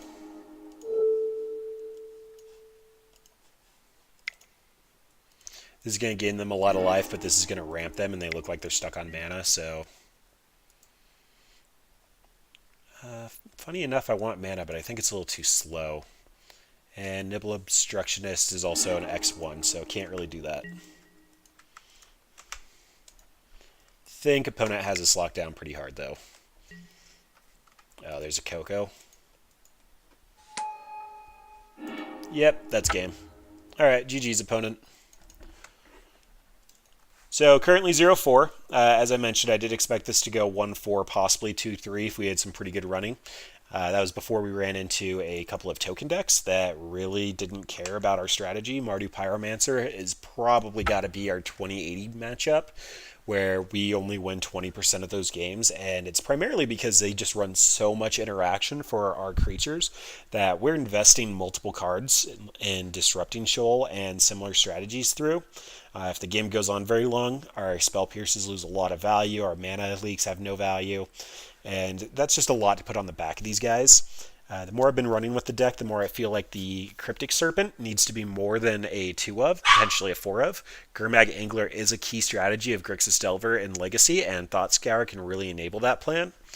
The problem with Thought Scour, though, is so many decks in Modern rely on their graveyard, between Blue-Red Phoenix to Dredge to any of the graveyard shenanigans that are going on, like Martyr Proc or previously KSI or anything along those lines.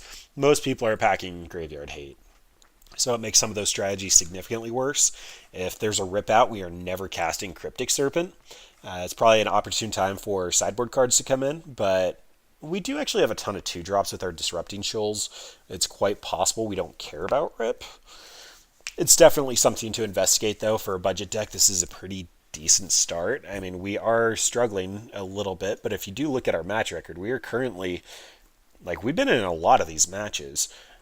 If it weren't for the Staticaster, we probably could have taken this game. Game 3 was... That Staticaster just did way too much work against us. Game 2, we put up a decent fight. But Thought Scour and more of the Cryptic Serpent seems like a really good place to start. The future of this deck, though, is likely adding red and adding lands that can make this red so that we can add Lightning Bolt and potentially Monastery Swift Spear. Basically, just a little bit more reach. Not including Sonic Blast is probably a failure on my part. We have a threat here and some cantrips, so we'll go ahead and give this a shot.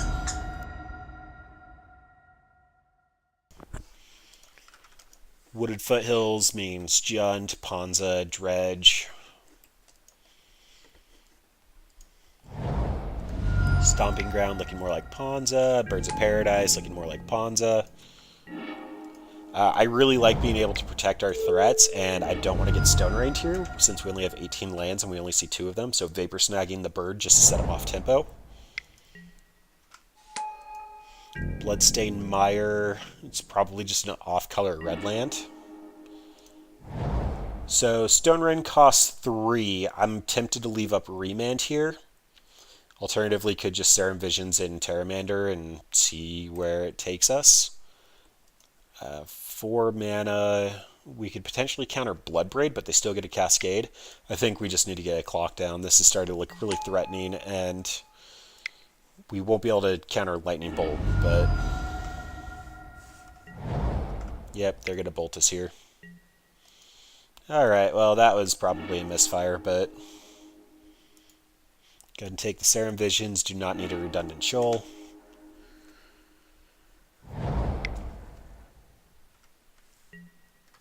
Madcap. Alright.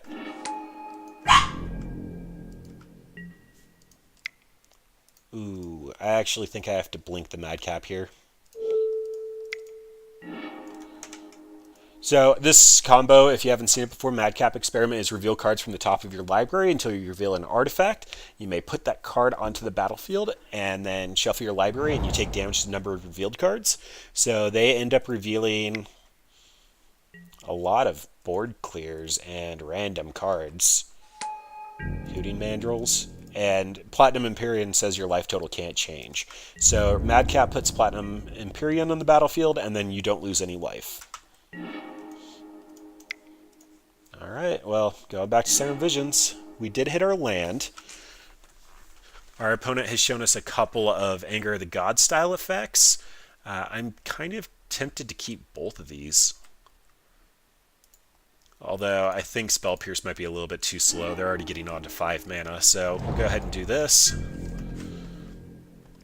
And we can blink the Ronos if they end up casting something else that's big, or we can just counter it. Yeah, we're going to counter that. We don't want you to have hexproof.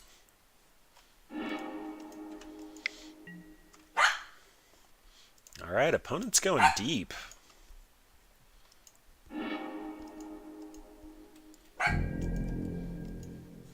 So they're playing a list that's basically red-green monsters.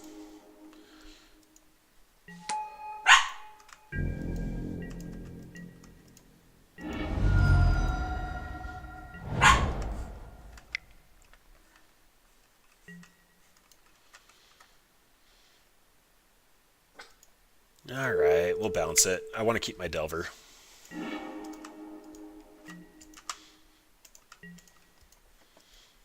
Opponent with 2 cards in hand.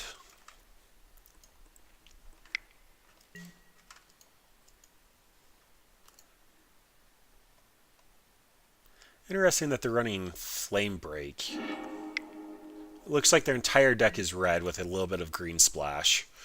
But that could just be Anger of the Gods and deal with the graveyard shenanigans. Hooting Mandrills. Alright. That's a little rough. Looking for a Vapor Snag for that. We'll be taking 5 from Ronis.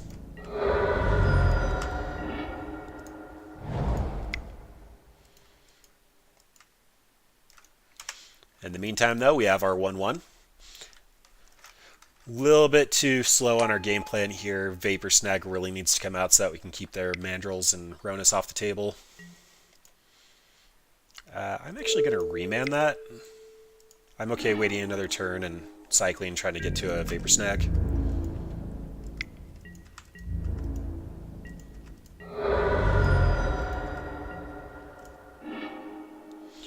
Not going to reveal Island. That means that our Delver's on chump duty. We have 2 creatures making it so that Ronus can attack. 3 damage to each creature. Yeah, I don't have a counter for that. GG's opponent. So, red-green monsters. I kind of like Commandeer. Actually, that's not going to take their Madcap experiment. It's not going to do anything about their board clears.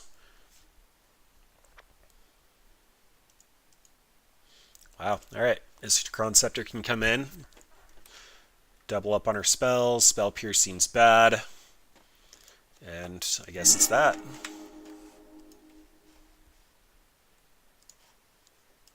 So, going to lead on Serum Visions here because Delver we can protect with a Vapor Snag later. I'm alright with another Serum Visions. Do not need a 4th land.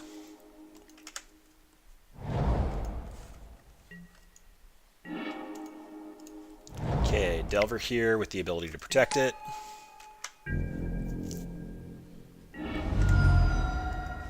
See if they have the Bolt. They always have the Bolt.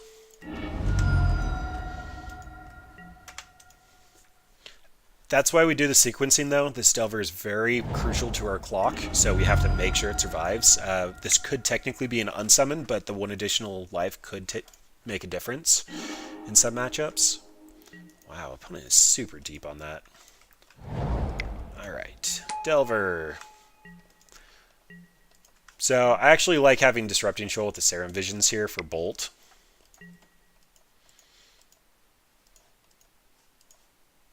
I actually might Vapor Snag it one more time, though. Because Disrupting Shoal could actually just be hard cast and not be card disadvantage.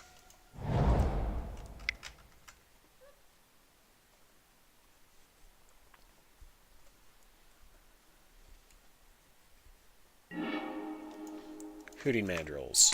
Alright. Iskron Scepter, just in time for Echoing Truth. I think I want to put them to the test of having artifact removal with the Echoing Truth. And then Serum Visions to set up future draws. I want a lot of mana now, so Nimble Obstructionist can go to the bottom. I want the land. We can take our beats for 4, but then just gotta start bouncing it. Shouldn't be able to keep something on the table. Madcap. Yep, that's fine.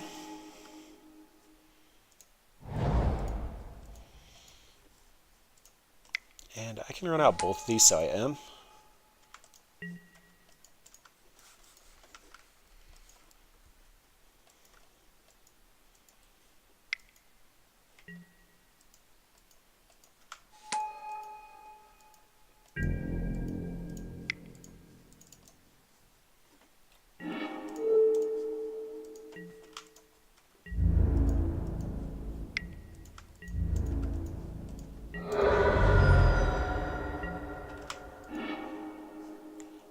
Not going to reveal that. So I can actually make this a 5/5.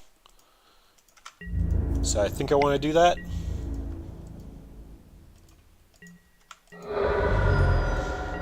But it's going to be bounce or make it a 5/5, so we'll see what our opponent does.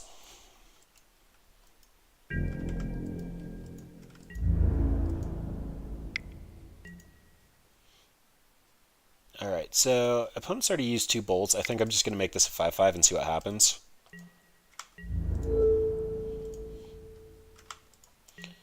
This makes it so that we're not in range of bolt.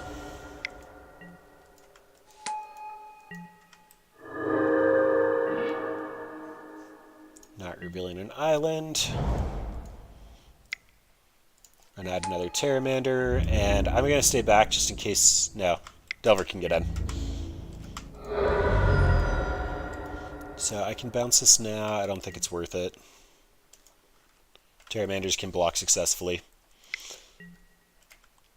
putting the opponent on actually having the answer.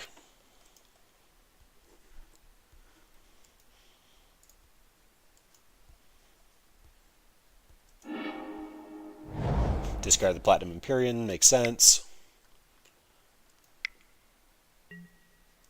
Spellbreaker. Alright, that's fine. Yep, opponent scoops it up. They know they can't get through our 5/5s. Alright, so never hard casting the Empyrean. Dispel is only going to hit Bolt, but it's probably worth a minor conversation over. Potentially take out the Mana Leaks or Remands. I can see 2 Remands for 2 Dispels. It might even just be negates that we can hit the Platinum, the Madcap Experiment. Iskron Scepter is definitely coming out. They've got Abrades and Destructive Revelries and all that, so I'm okay with that.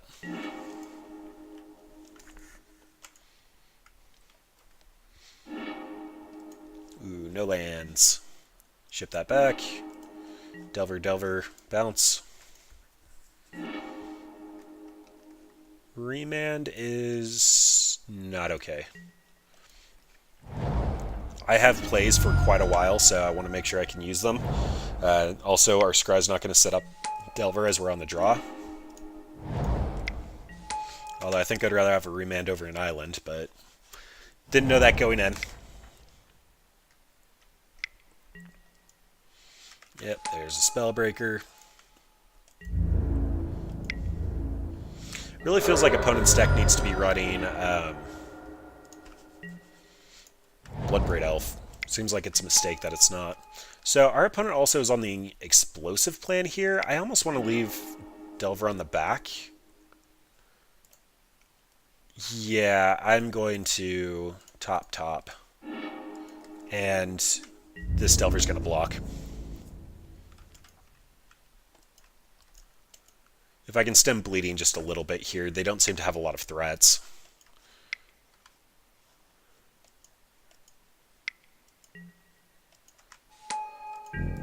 Interesting.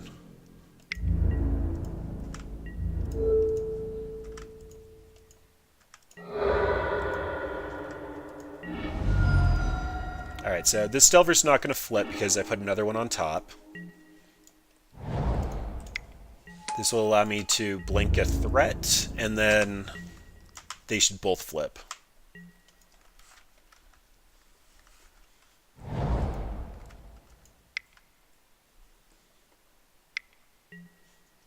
Thrun. Okay, Thrun is kind of a problem. Do I want to take the 2 so I can blink? Yeah, that's fine.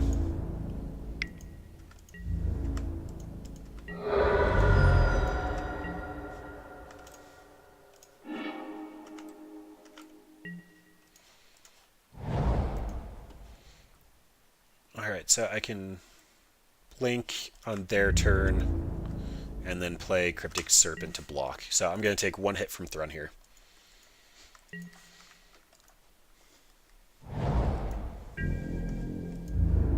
Ooh, Kessig Rolfron.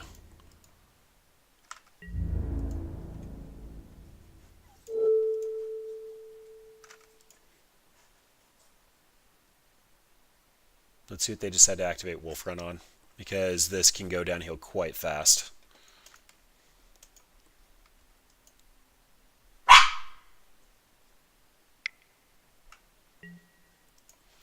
Perfect. Gonna bounce out and draw. Seems a little odd from opponent to invest 1 into that, just to trample for 1.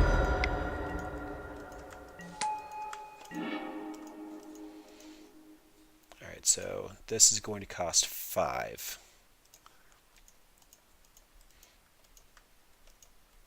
So I'm taking 4, I can get in for 6, following 9. Vapor Snag. I think I'm on Racing. Wolf Run is going to kill me, though. Yep, that was a punt.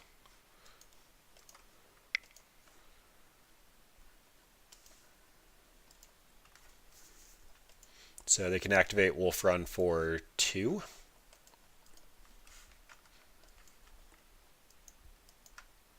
But that's going to leave them with no blockers, and then I can get in with Obstructionist and Vapor Snag. Run out the Cryptic Serpent.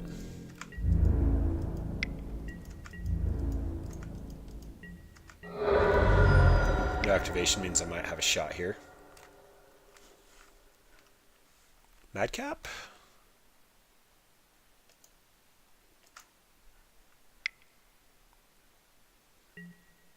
Flamewake. That's fun.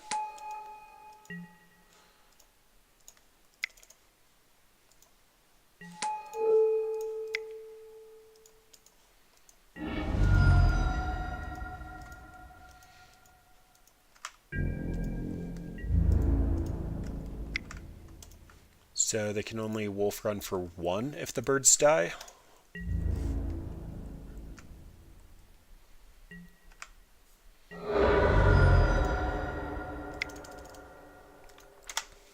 So Serpent down, and we'll see if they have a Spellbreaker. Or Bolt. I guess Bolt... No, Bolt wouldn't do it. They're basically just dead here. They have to have the board clear, and even then, it's going to put their Throne on blocking duty.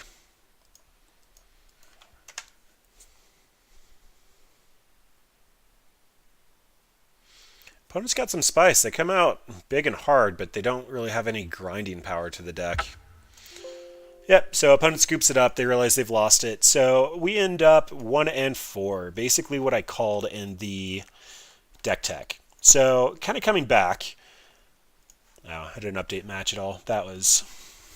I'm bad at that. Budget Blue Delver.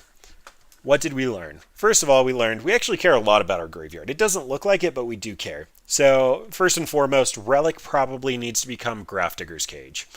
Grafdigger's Cage is going to be better against Dredge. It's going to be better against any of the Coco decks, which are kind of everywhere now that the new Prime Speaker Vanifair pod deck is out.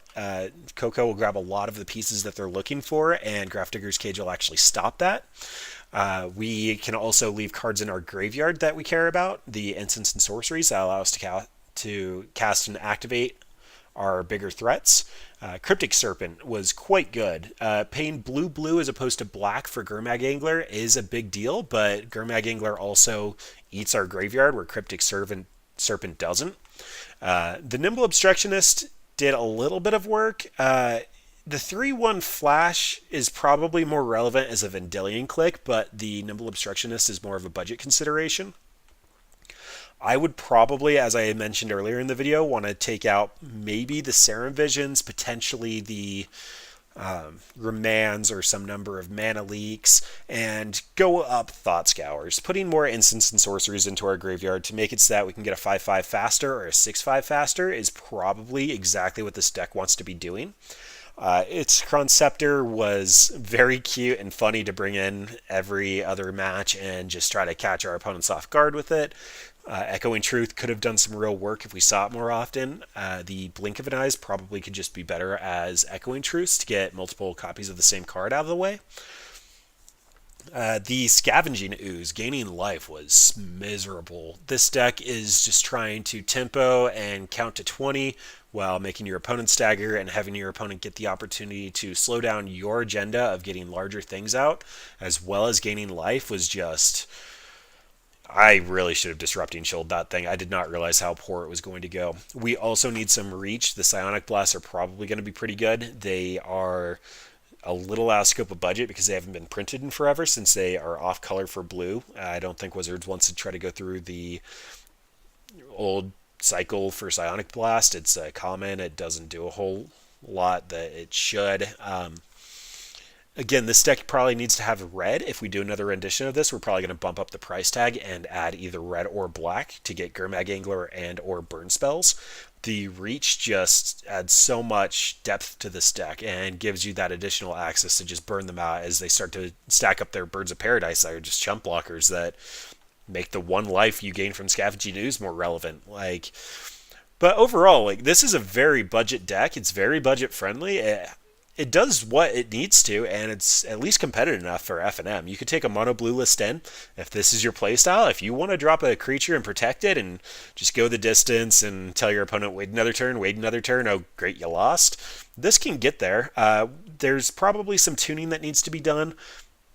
The spell pierces were a little iffy. They always will be, especially things like humans and spirits. You're going to snag Vile, potentially Coco. When you pay blue and you counter their 4 mana spell, it's fantastic, but it is fringe use. We might be able to drop the cost of the deck by getting rid of the Disrupting Shoals, but they're not that expensive, and they let you pitch your blanks like the Spell Pierce to protect your threat against Lightning Bolt or Fatal Push. So again, in Legacy, you drop your Delver, then you daze the next thing, then you Force of Will if they have interaction for the daze, and then your Delver is going to go the distance while you're hitting their lands with your Wastelands. We could probably up our land counts, drop some islands, and put in some Field of Ruins, Ghost Quarters. The nice thing about a budget intro list like this is we can take out things like the Nimble Obstructionist, and because they're $1 a piece, and put in the Thought Scours. And you're going to be developing what you need for Modern with Thought Scours and Remands and Serum Visions, and you're going to be developing your collection to be able to play more things, but you have a starting place with a deck that's going to do something. And I feel like Mono Blue Delver is a decent place to start with that. The future for whatever you invest into this deck can either go into Control in the future with Path to Exiles. That does get expensive kind of fast with Jason Colonnades. Alternatively, you can go a little bit more budget upgrade route and go with Blue-Red.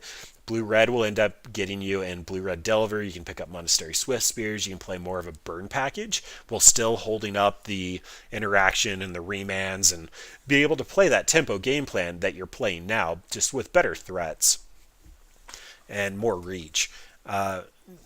Other thing you can do, we did just toss a couple of random creatures in here. If you don't like the idea of the Cryptic Serpent with the Terramander, it's also possible to go with something more along the lines of the Tempest Djinn in Standard. You can just put a giant flyer out with 3 toughness, and again, you're protecting it.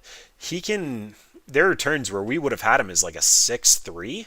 He might be a 4 toughness, but being 6 power flying evasive, you can do a lot with that. And especially having more 3-drops for things like the Stone Rain or the Gruul Spellbreakers. I understand that's not a tier deck, but putting a couple more 3-drops in with the Disrupting Shoal will give you a little bit more protection. But yeah, drop a threat, counter things, tempo out, and smash your opponent.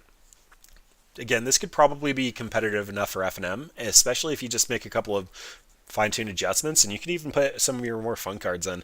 It's not going to be the most competitive, but it is a decent starting place if you're looking to branch into Modern because you're sick of Standard rotating. Well, thanks for watching, everyone, and have a good one.